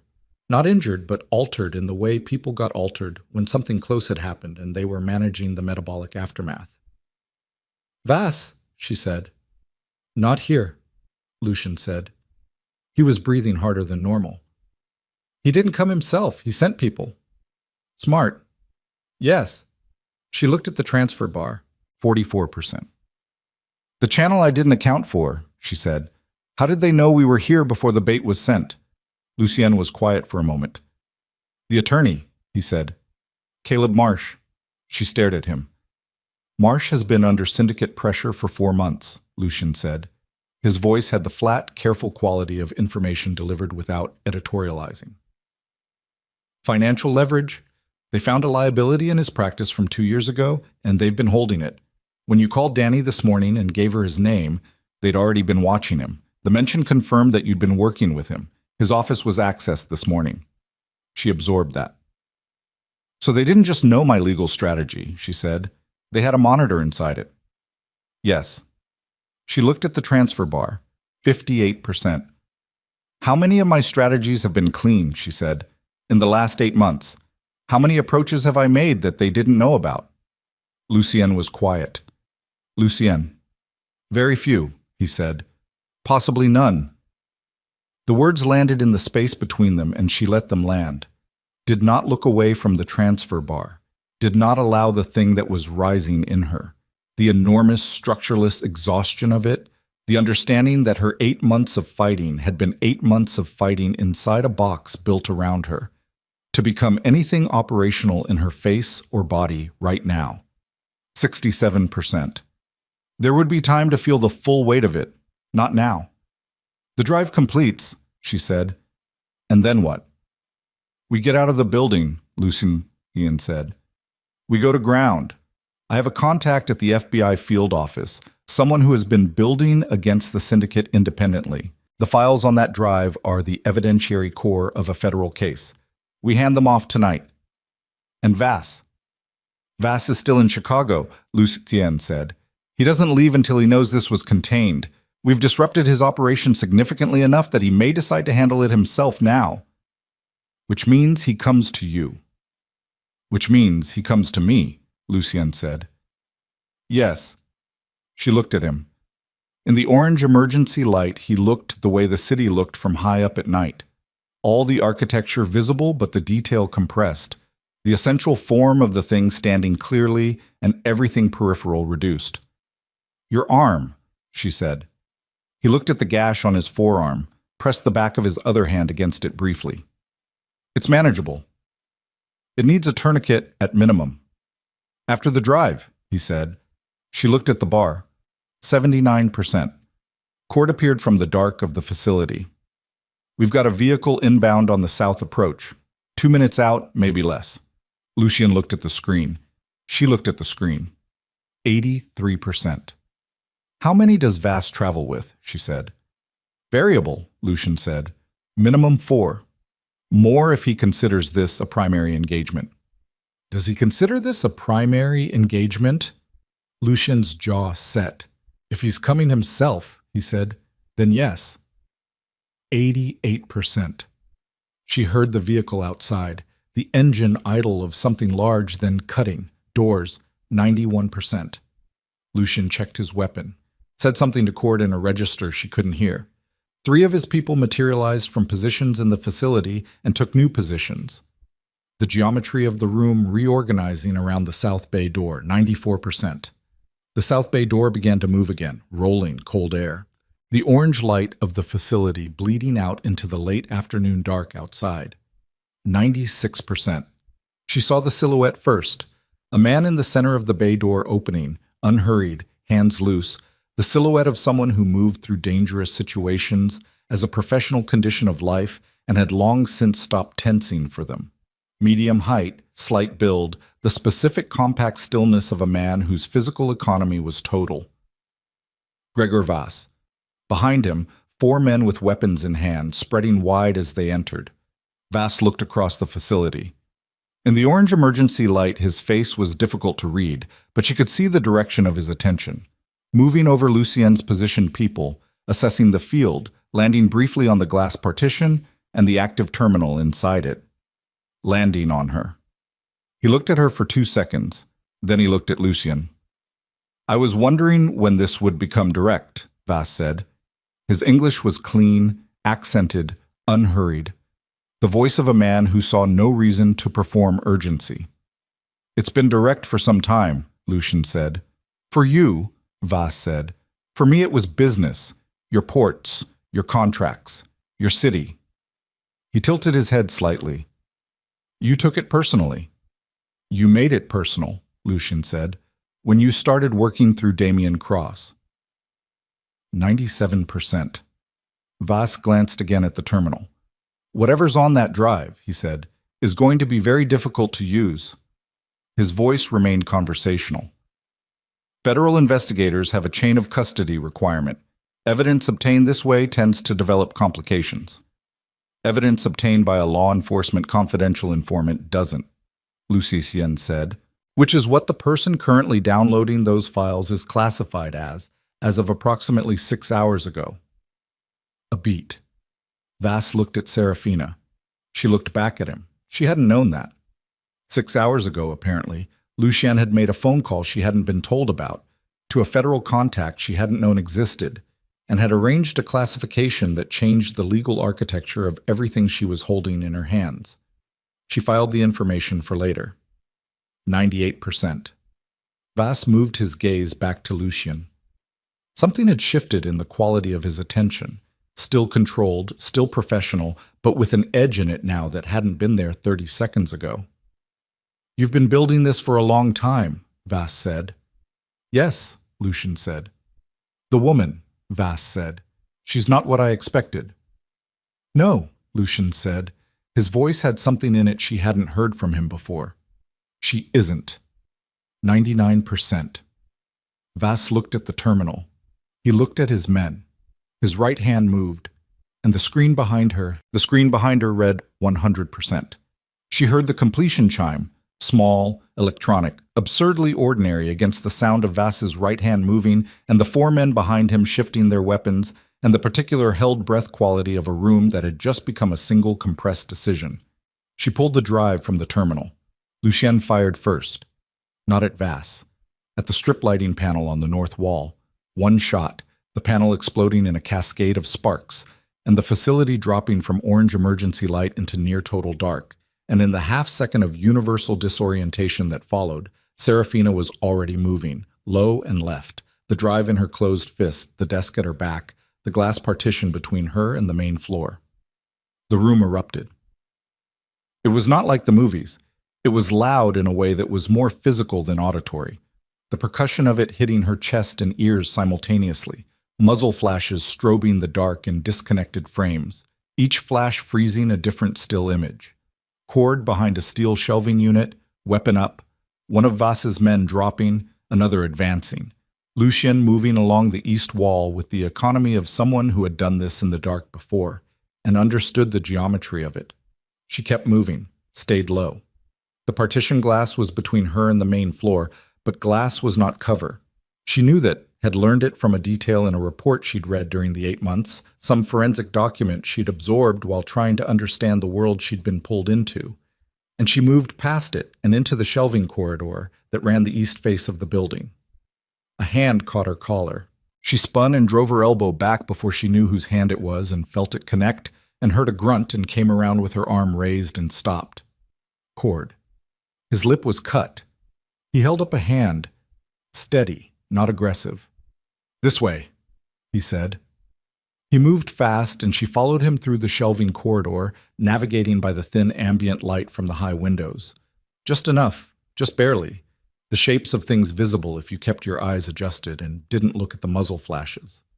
Behind them, the sounds of the fight continued, controlled on Lucien's side, less controlled on Vas's. The difference between people who knew the building and people who were operating in unfamiliar terrain. She registered this while she moved, filed it, held the drive in her fist with the particular grip of someone who understood what they were carrying. Cord got them to a door in the northeast corner. A personnel exit, alarmed, but Lucien's people had cut the alarm hours ago. He pushed through and cold air hit her face, and they came out into the narrow service lane that ran the facility's east side. The sky above them a dark gray bruise between the building edges, the city's ambient light diffusing through it. A vehicle at the end of the lane, running. One of Lucien's people behind the wheel. Cord put her in the back. Lucien, she said.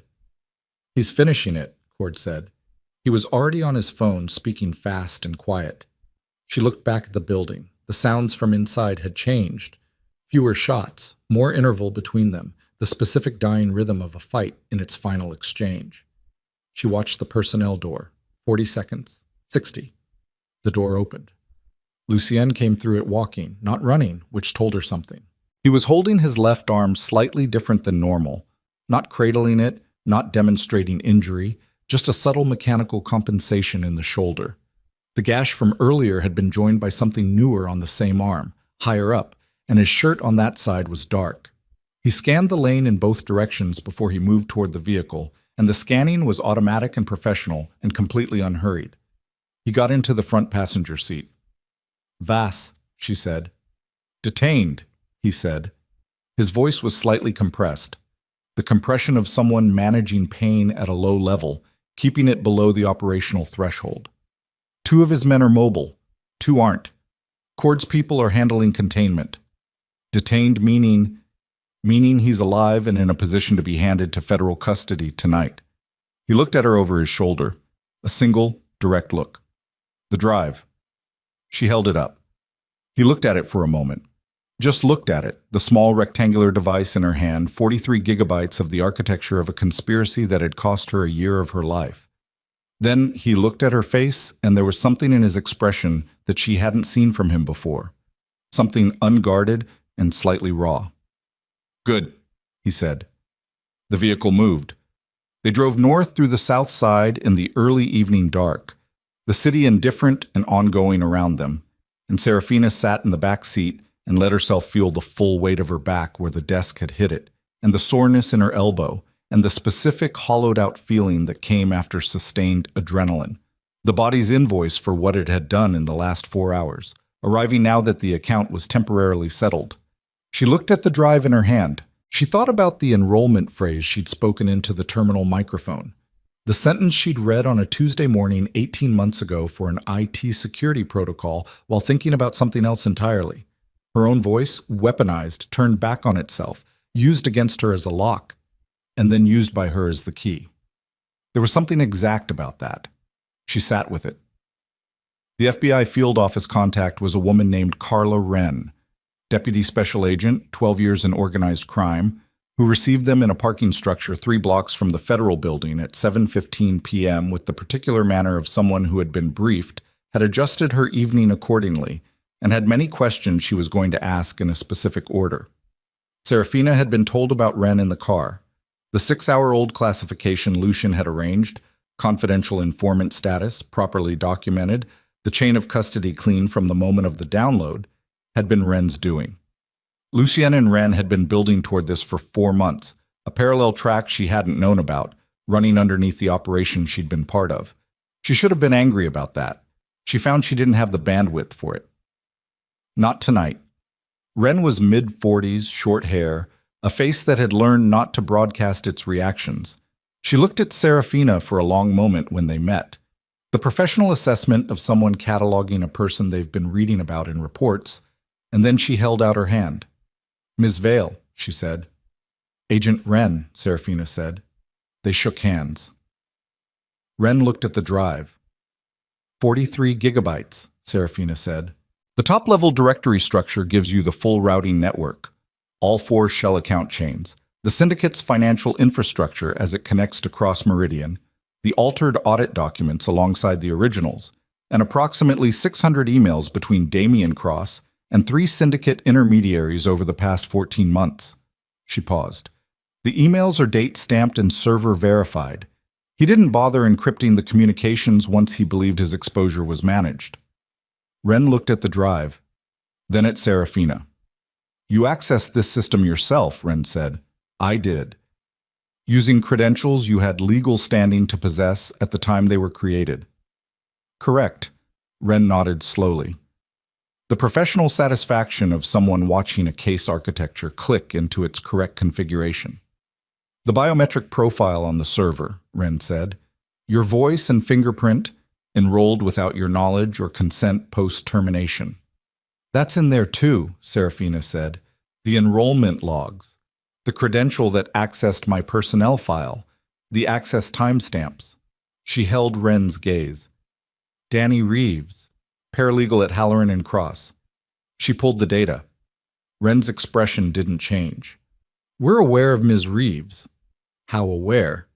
Aware enough to have questions we'd like to ask her tonight, Wren said, with or without her cooperation.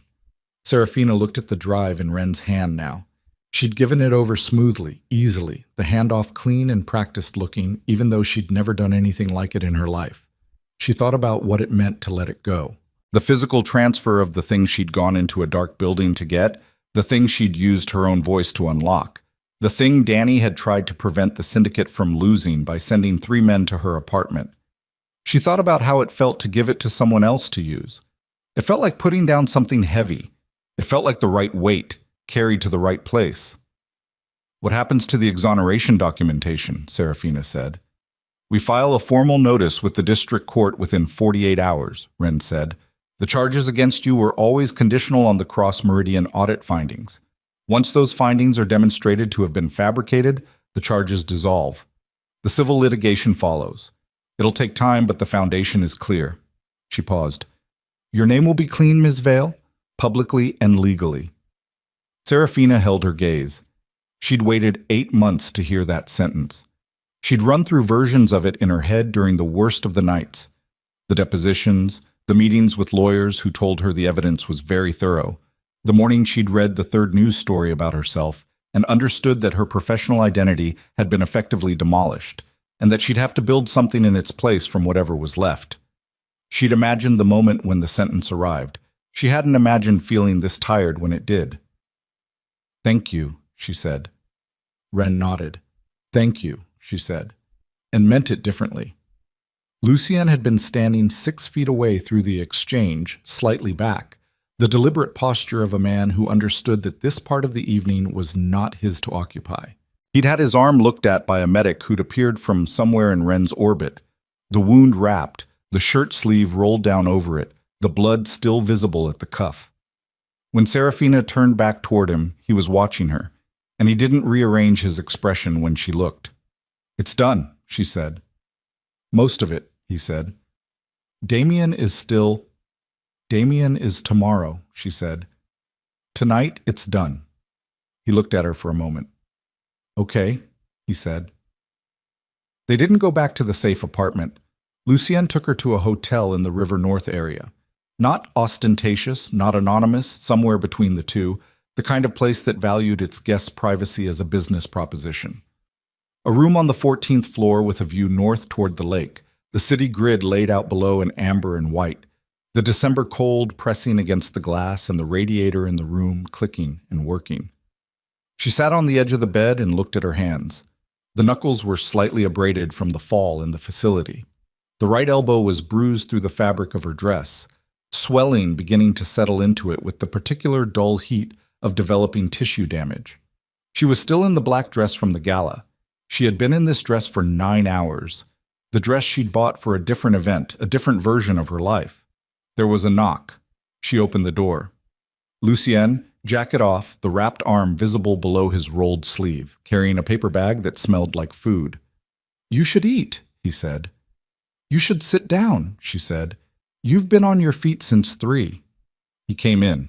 She left the door open for a moment, not from ambivalence about him being there, but from the particular habit of someone who'd spent 8 months maintaining careful control over her own space, who'd had that control violated in ways she was still fully processing. Then she closed it. He set the bag on the small table by the window, produced 2 containers of something from a Vietnamese restaurant nearby, sat in one of the 2 chairs. She sat in the other. They ate without speaking for a few minutes. The city did its thing outside the glass. Somewhere below, a siren moved through and faded. The contact you had at the FBI, she said. Wren, you've been working with her for 4 months. Yes. You didn't tell me. He looked at her. No. She held his gaze. Why? Because the agreement with Wren required the information flow to be controlled, he said. The more people who knew the federal component existed, the higher the risk of a breach. Vass's people had already demonstrated penetration into your legal circle. He paused. It wasn't a judgment about you. It was a judgment about the architecture.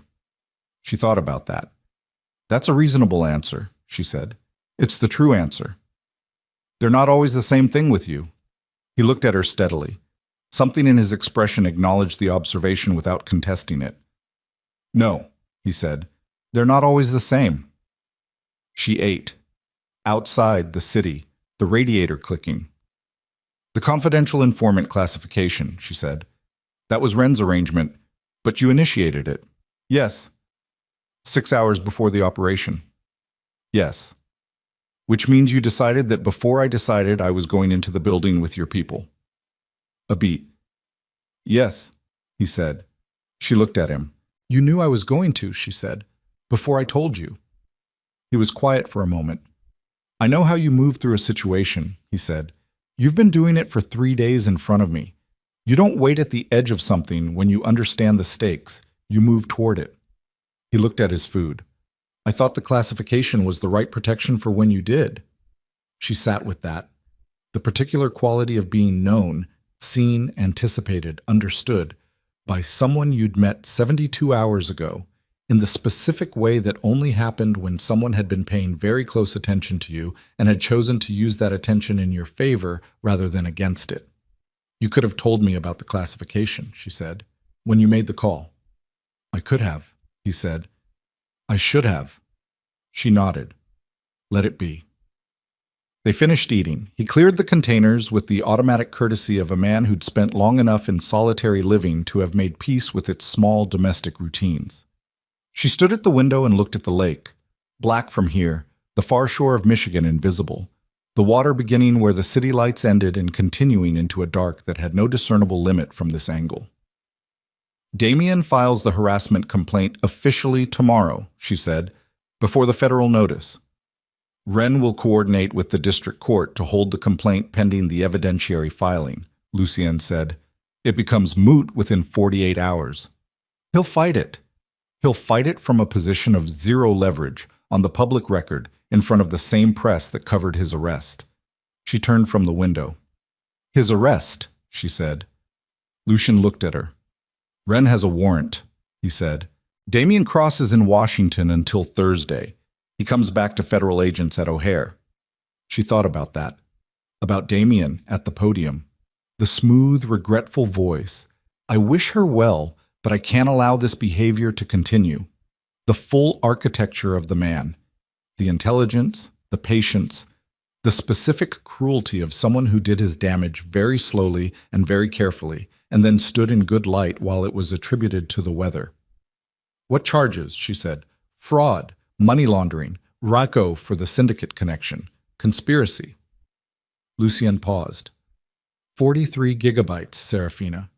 There's enough in that drive to put him away for a very long time. She looked at her hands. She'd spent 8 months with Damien's destruction as a fixed point in her imagination. The thing she was moving toward, the organizing principle of the entire period. She'd thought about it in different forms: legal, reputational, financial. She'd imagined the headline, the moment, the specific satisfaction of reversal. She'd held on to it through the worst of the nights the way people held on to fixed stars when everything else was moving. Now it was done, or as close to done as the world ever got, and what she felt was not the satisfaction she'd imagined. It was quieter, less defined, something that lived closer to exhaustion than triumph, and had a sadness in it she hadn't anticipated. "I thought it would feel different," she said. Not to him specifically, just to the room. He didn't offer a correction to that. He just let it exist. "The way things you want for a long time feel different when you get them," he said after a moment. "Yes." She looked at him. "Has that happened to you?" she said. He was quiet for a moment. "I spent 6 years building a position in this city," he said. "Control of the ports, the freight contracts, the infrastructure. I wanted it because it was what survival looked like from where I was standing when I started." He looked at his hands, the scarred right knuckle, the wrapped left forearm. "When I had it, it felt like maintenance, not a rival, just a different set of things to protect." She looked at him carefully, at the specific quality of the admission, not self-pity, not performance, just a factual report from a man who had been honest with himself about the distance between what he'd wanted and what it had given him. "And now," she said. He met her eyes. "Now," he said, "is different from before." She held his gaze for a moment. In the window glass behind him, she could see her own reflection. The black dress, the hair coming loose from its arrangement, the face that had carried 12 hours of a specific kind of weight and was not bothering to hide it. She looked the way she felt. That was something, she thought. That was not nothing. She sat back down in the chair. The radiator clicked. The city hummed at a frequency that was below sound, structural, felt through the soles of the feet and the base of the spine. "Danny," she said. Lucien was quiet. "What happens to her?" "Ren has a file on her that goes back 11 months, he said. "The credential access, the biometric data pull, the attorney communications. She'll be questioned, charged, most likely. The degree depends on what she can offer." "She'll offer what she has," Serafina said. "She's not going to protect Damien or the syndicate. Not now that the operation is exposed." She paused. "She's not built for this. She never was." Lucien looked at her. "You're not angry," he said. Not a challenge. Genuine observation. "I'm angry," she said. "I'll probably be angry for a long time." She looked at the window. "But she sent me that email this morning. I didn't know it would go this far. I've been thinking about that sentence for 12 hours.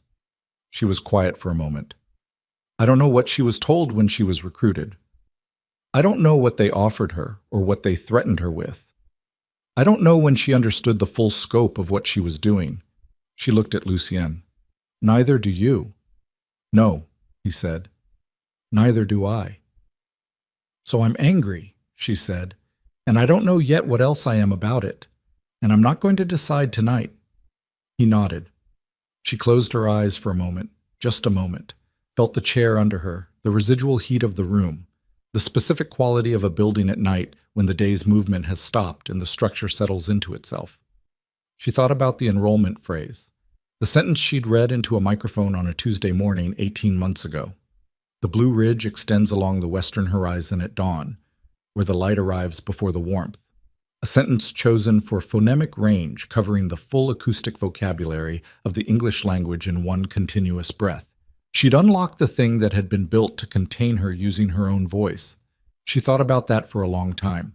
She thought about the attorney who told her the evidence was very thorough, and she thought about the night on the apartment floor, and she thought about 8 months of walking through a city that had been instructed to see her a specific way, and she thought about the woman who'd stood in the Blackstone ballroom while her name was taken apart piece by piece in front of cameras. That woman had been her. She was still her. The difference was architectural, interior, not visible from the outside in any way she could have pointed to, but present through the floor, through the walls, through the way she was sitting in this chair right now. The particular posture of someone who had been broken down to the load-bearing elements and found the load-bearing elements sufficient. She opened her eyes. Lucien was watching her. He didn't pretend he hadn't been. "I need to sleep," she said. "Yes," he said. He stood. He moved toward the door with the same economy he moved with everywhere. No wasted motion, no performance of consideration. At the door he stopped, turned slightly. "There'll be things to handle tomorrow," he said. "Ren will need a formal statement. The attorney situation. The public peace when Damien's arrest goes through the news cycle." He paused.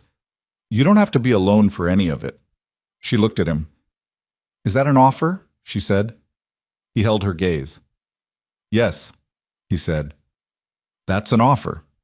She looked at him for a long moment, at the man who had walked into a room and changed its physics by existing in it, who had stood over her like a question she hadn't known she was being asked, who had made decisions she hadn't been consulted on and told her the truth when the decisions were wrong, and whose arm was wrapped in medical gauze because he had spent 4 hours moving through a dark building to protect something he'd decided was worth protecting.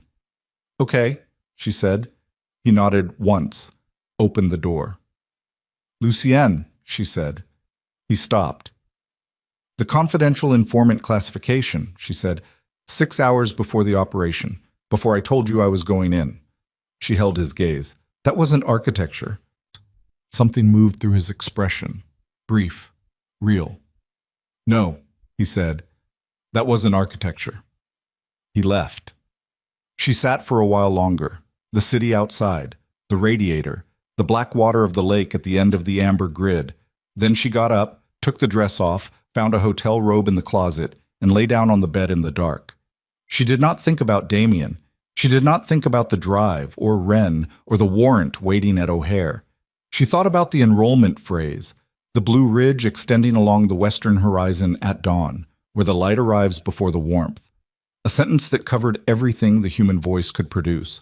She'd read it without thinking about it, 18 months ago, and it had been taken from her and used, and she had taken it back tonight in a dark building with people shooting at each other across the distance and her back against a wall and her voice steady. She fell asleep holding that.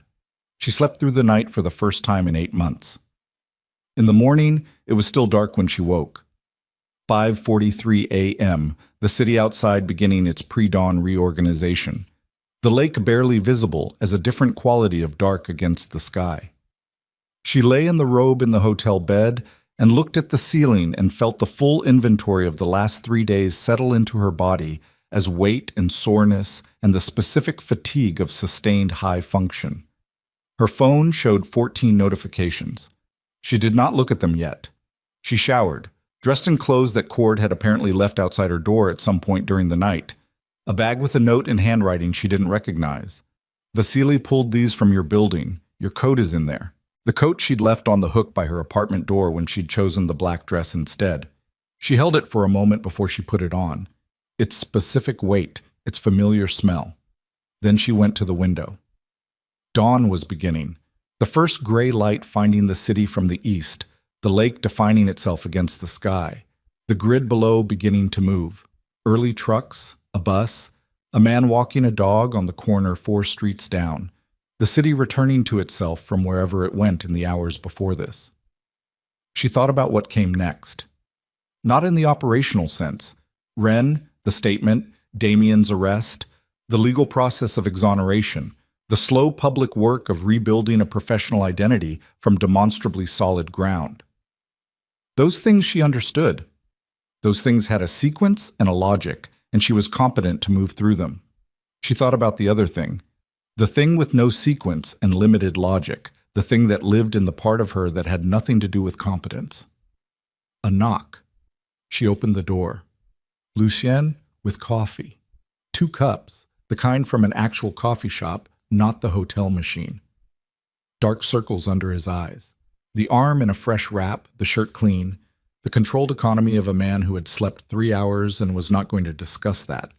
She took the cup he offered. "Thank you," she said. He nodded. They stood in the doorway for a moment, the morning coming in from the window behind her, the corridor light behind him, the two of them in the threshold. "The warrant executed at 5 a.m., he said. Damien was detained at Dulles for processing. The federal complaint supersedes the CPD harassment filing. It's already in 2 outlets. He paused. It'll be everywhere by 9. She nodded. "Vass," she said. "Federal custody as of last night. His men are in separate facilities.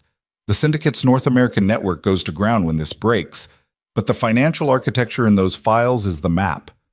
Wren's team will work the case for months, but the operational capacity is broken."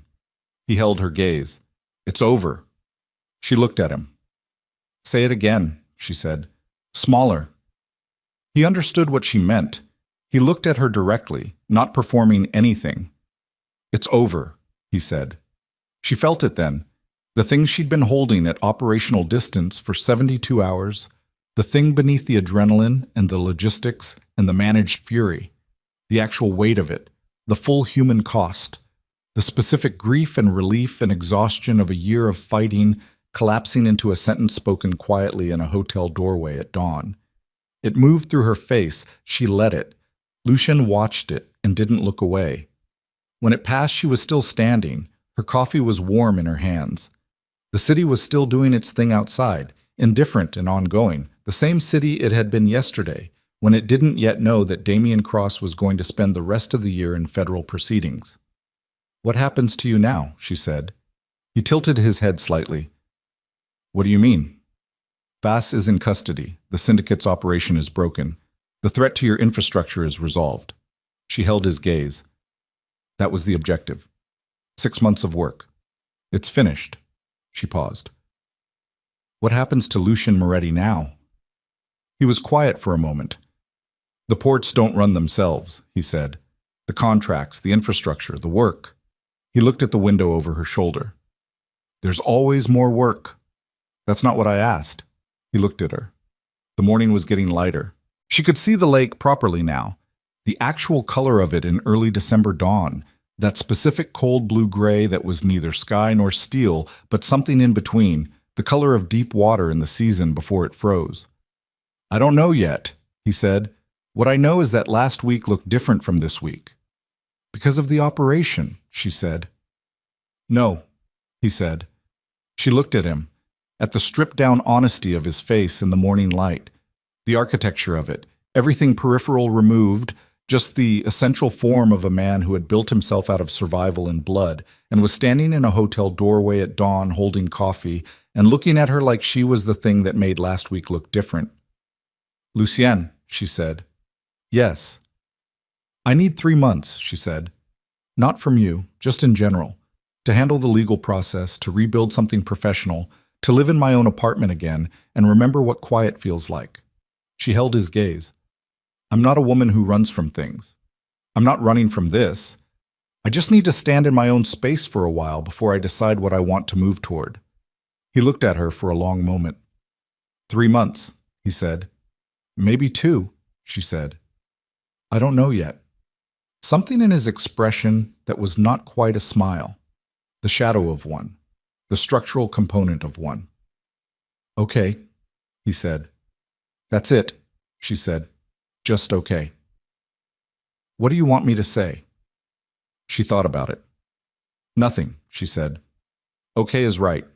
He nodded once. She stepped back from the doorway. He didn't follow.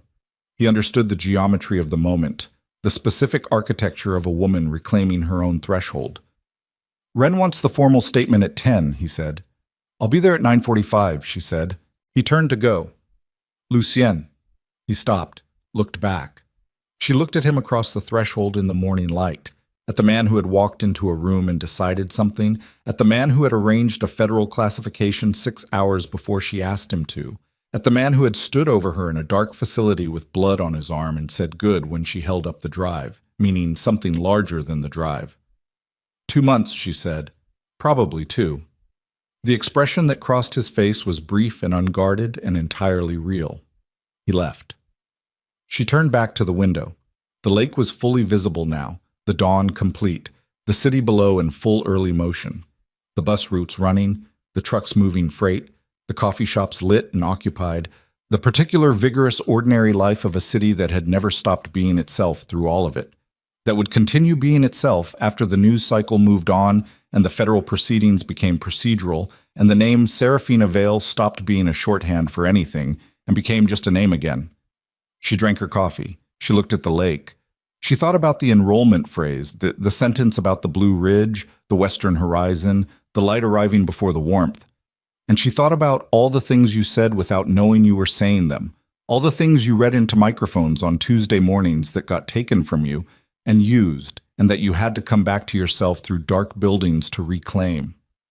She thought about what it meant to have done that, to have stood in the building with the guns and the dark and the 43 gigabytes and the 30-second window and her own voice and said the phrase clean and steady and meant it, to have been the woman in the ballroom with her name being taken apart in front of cameras, and to have been 8 months later and 3 days later and right now still standing.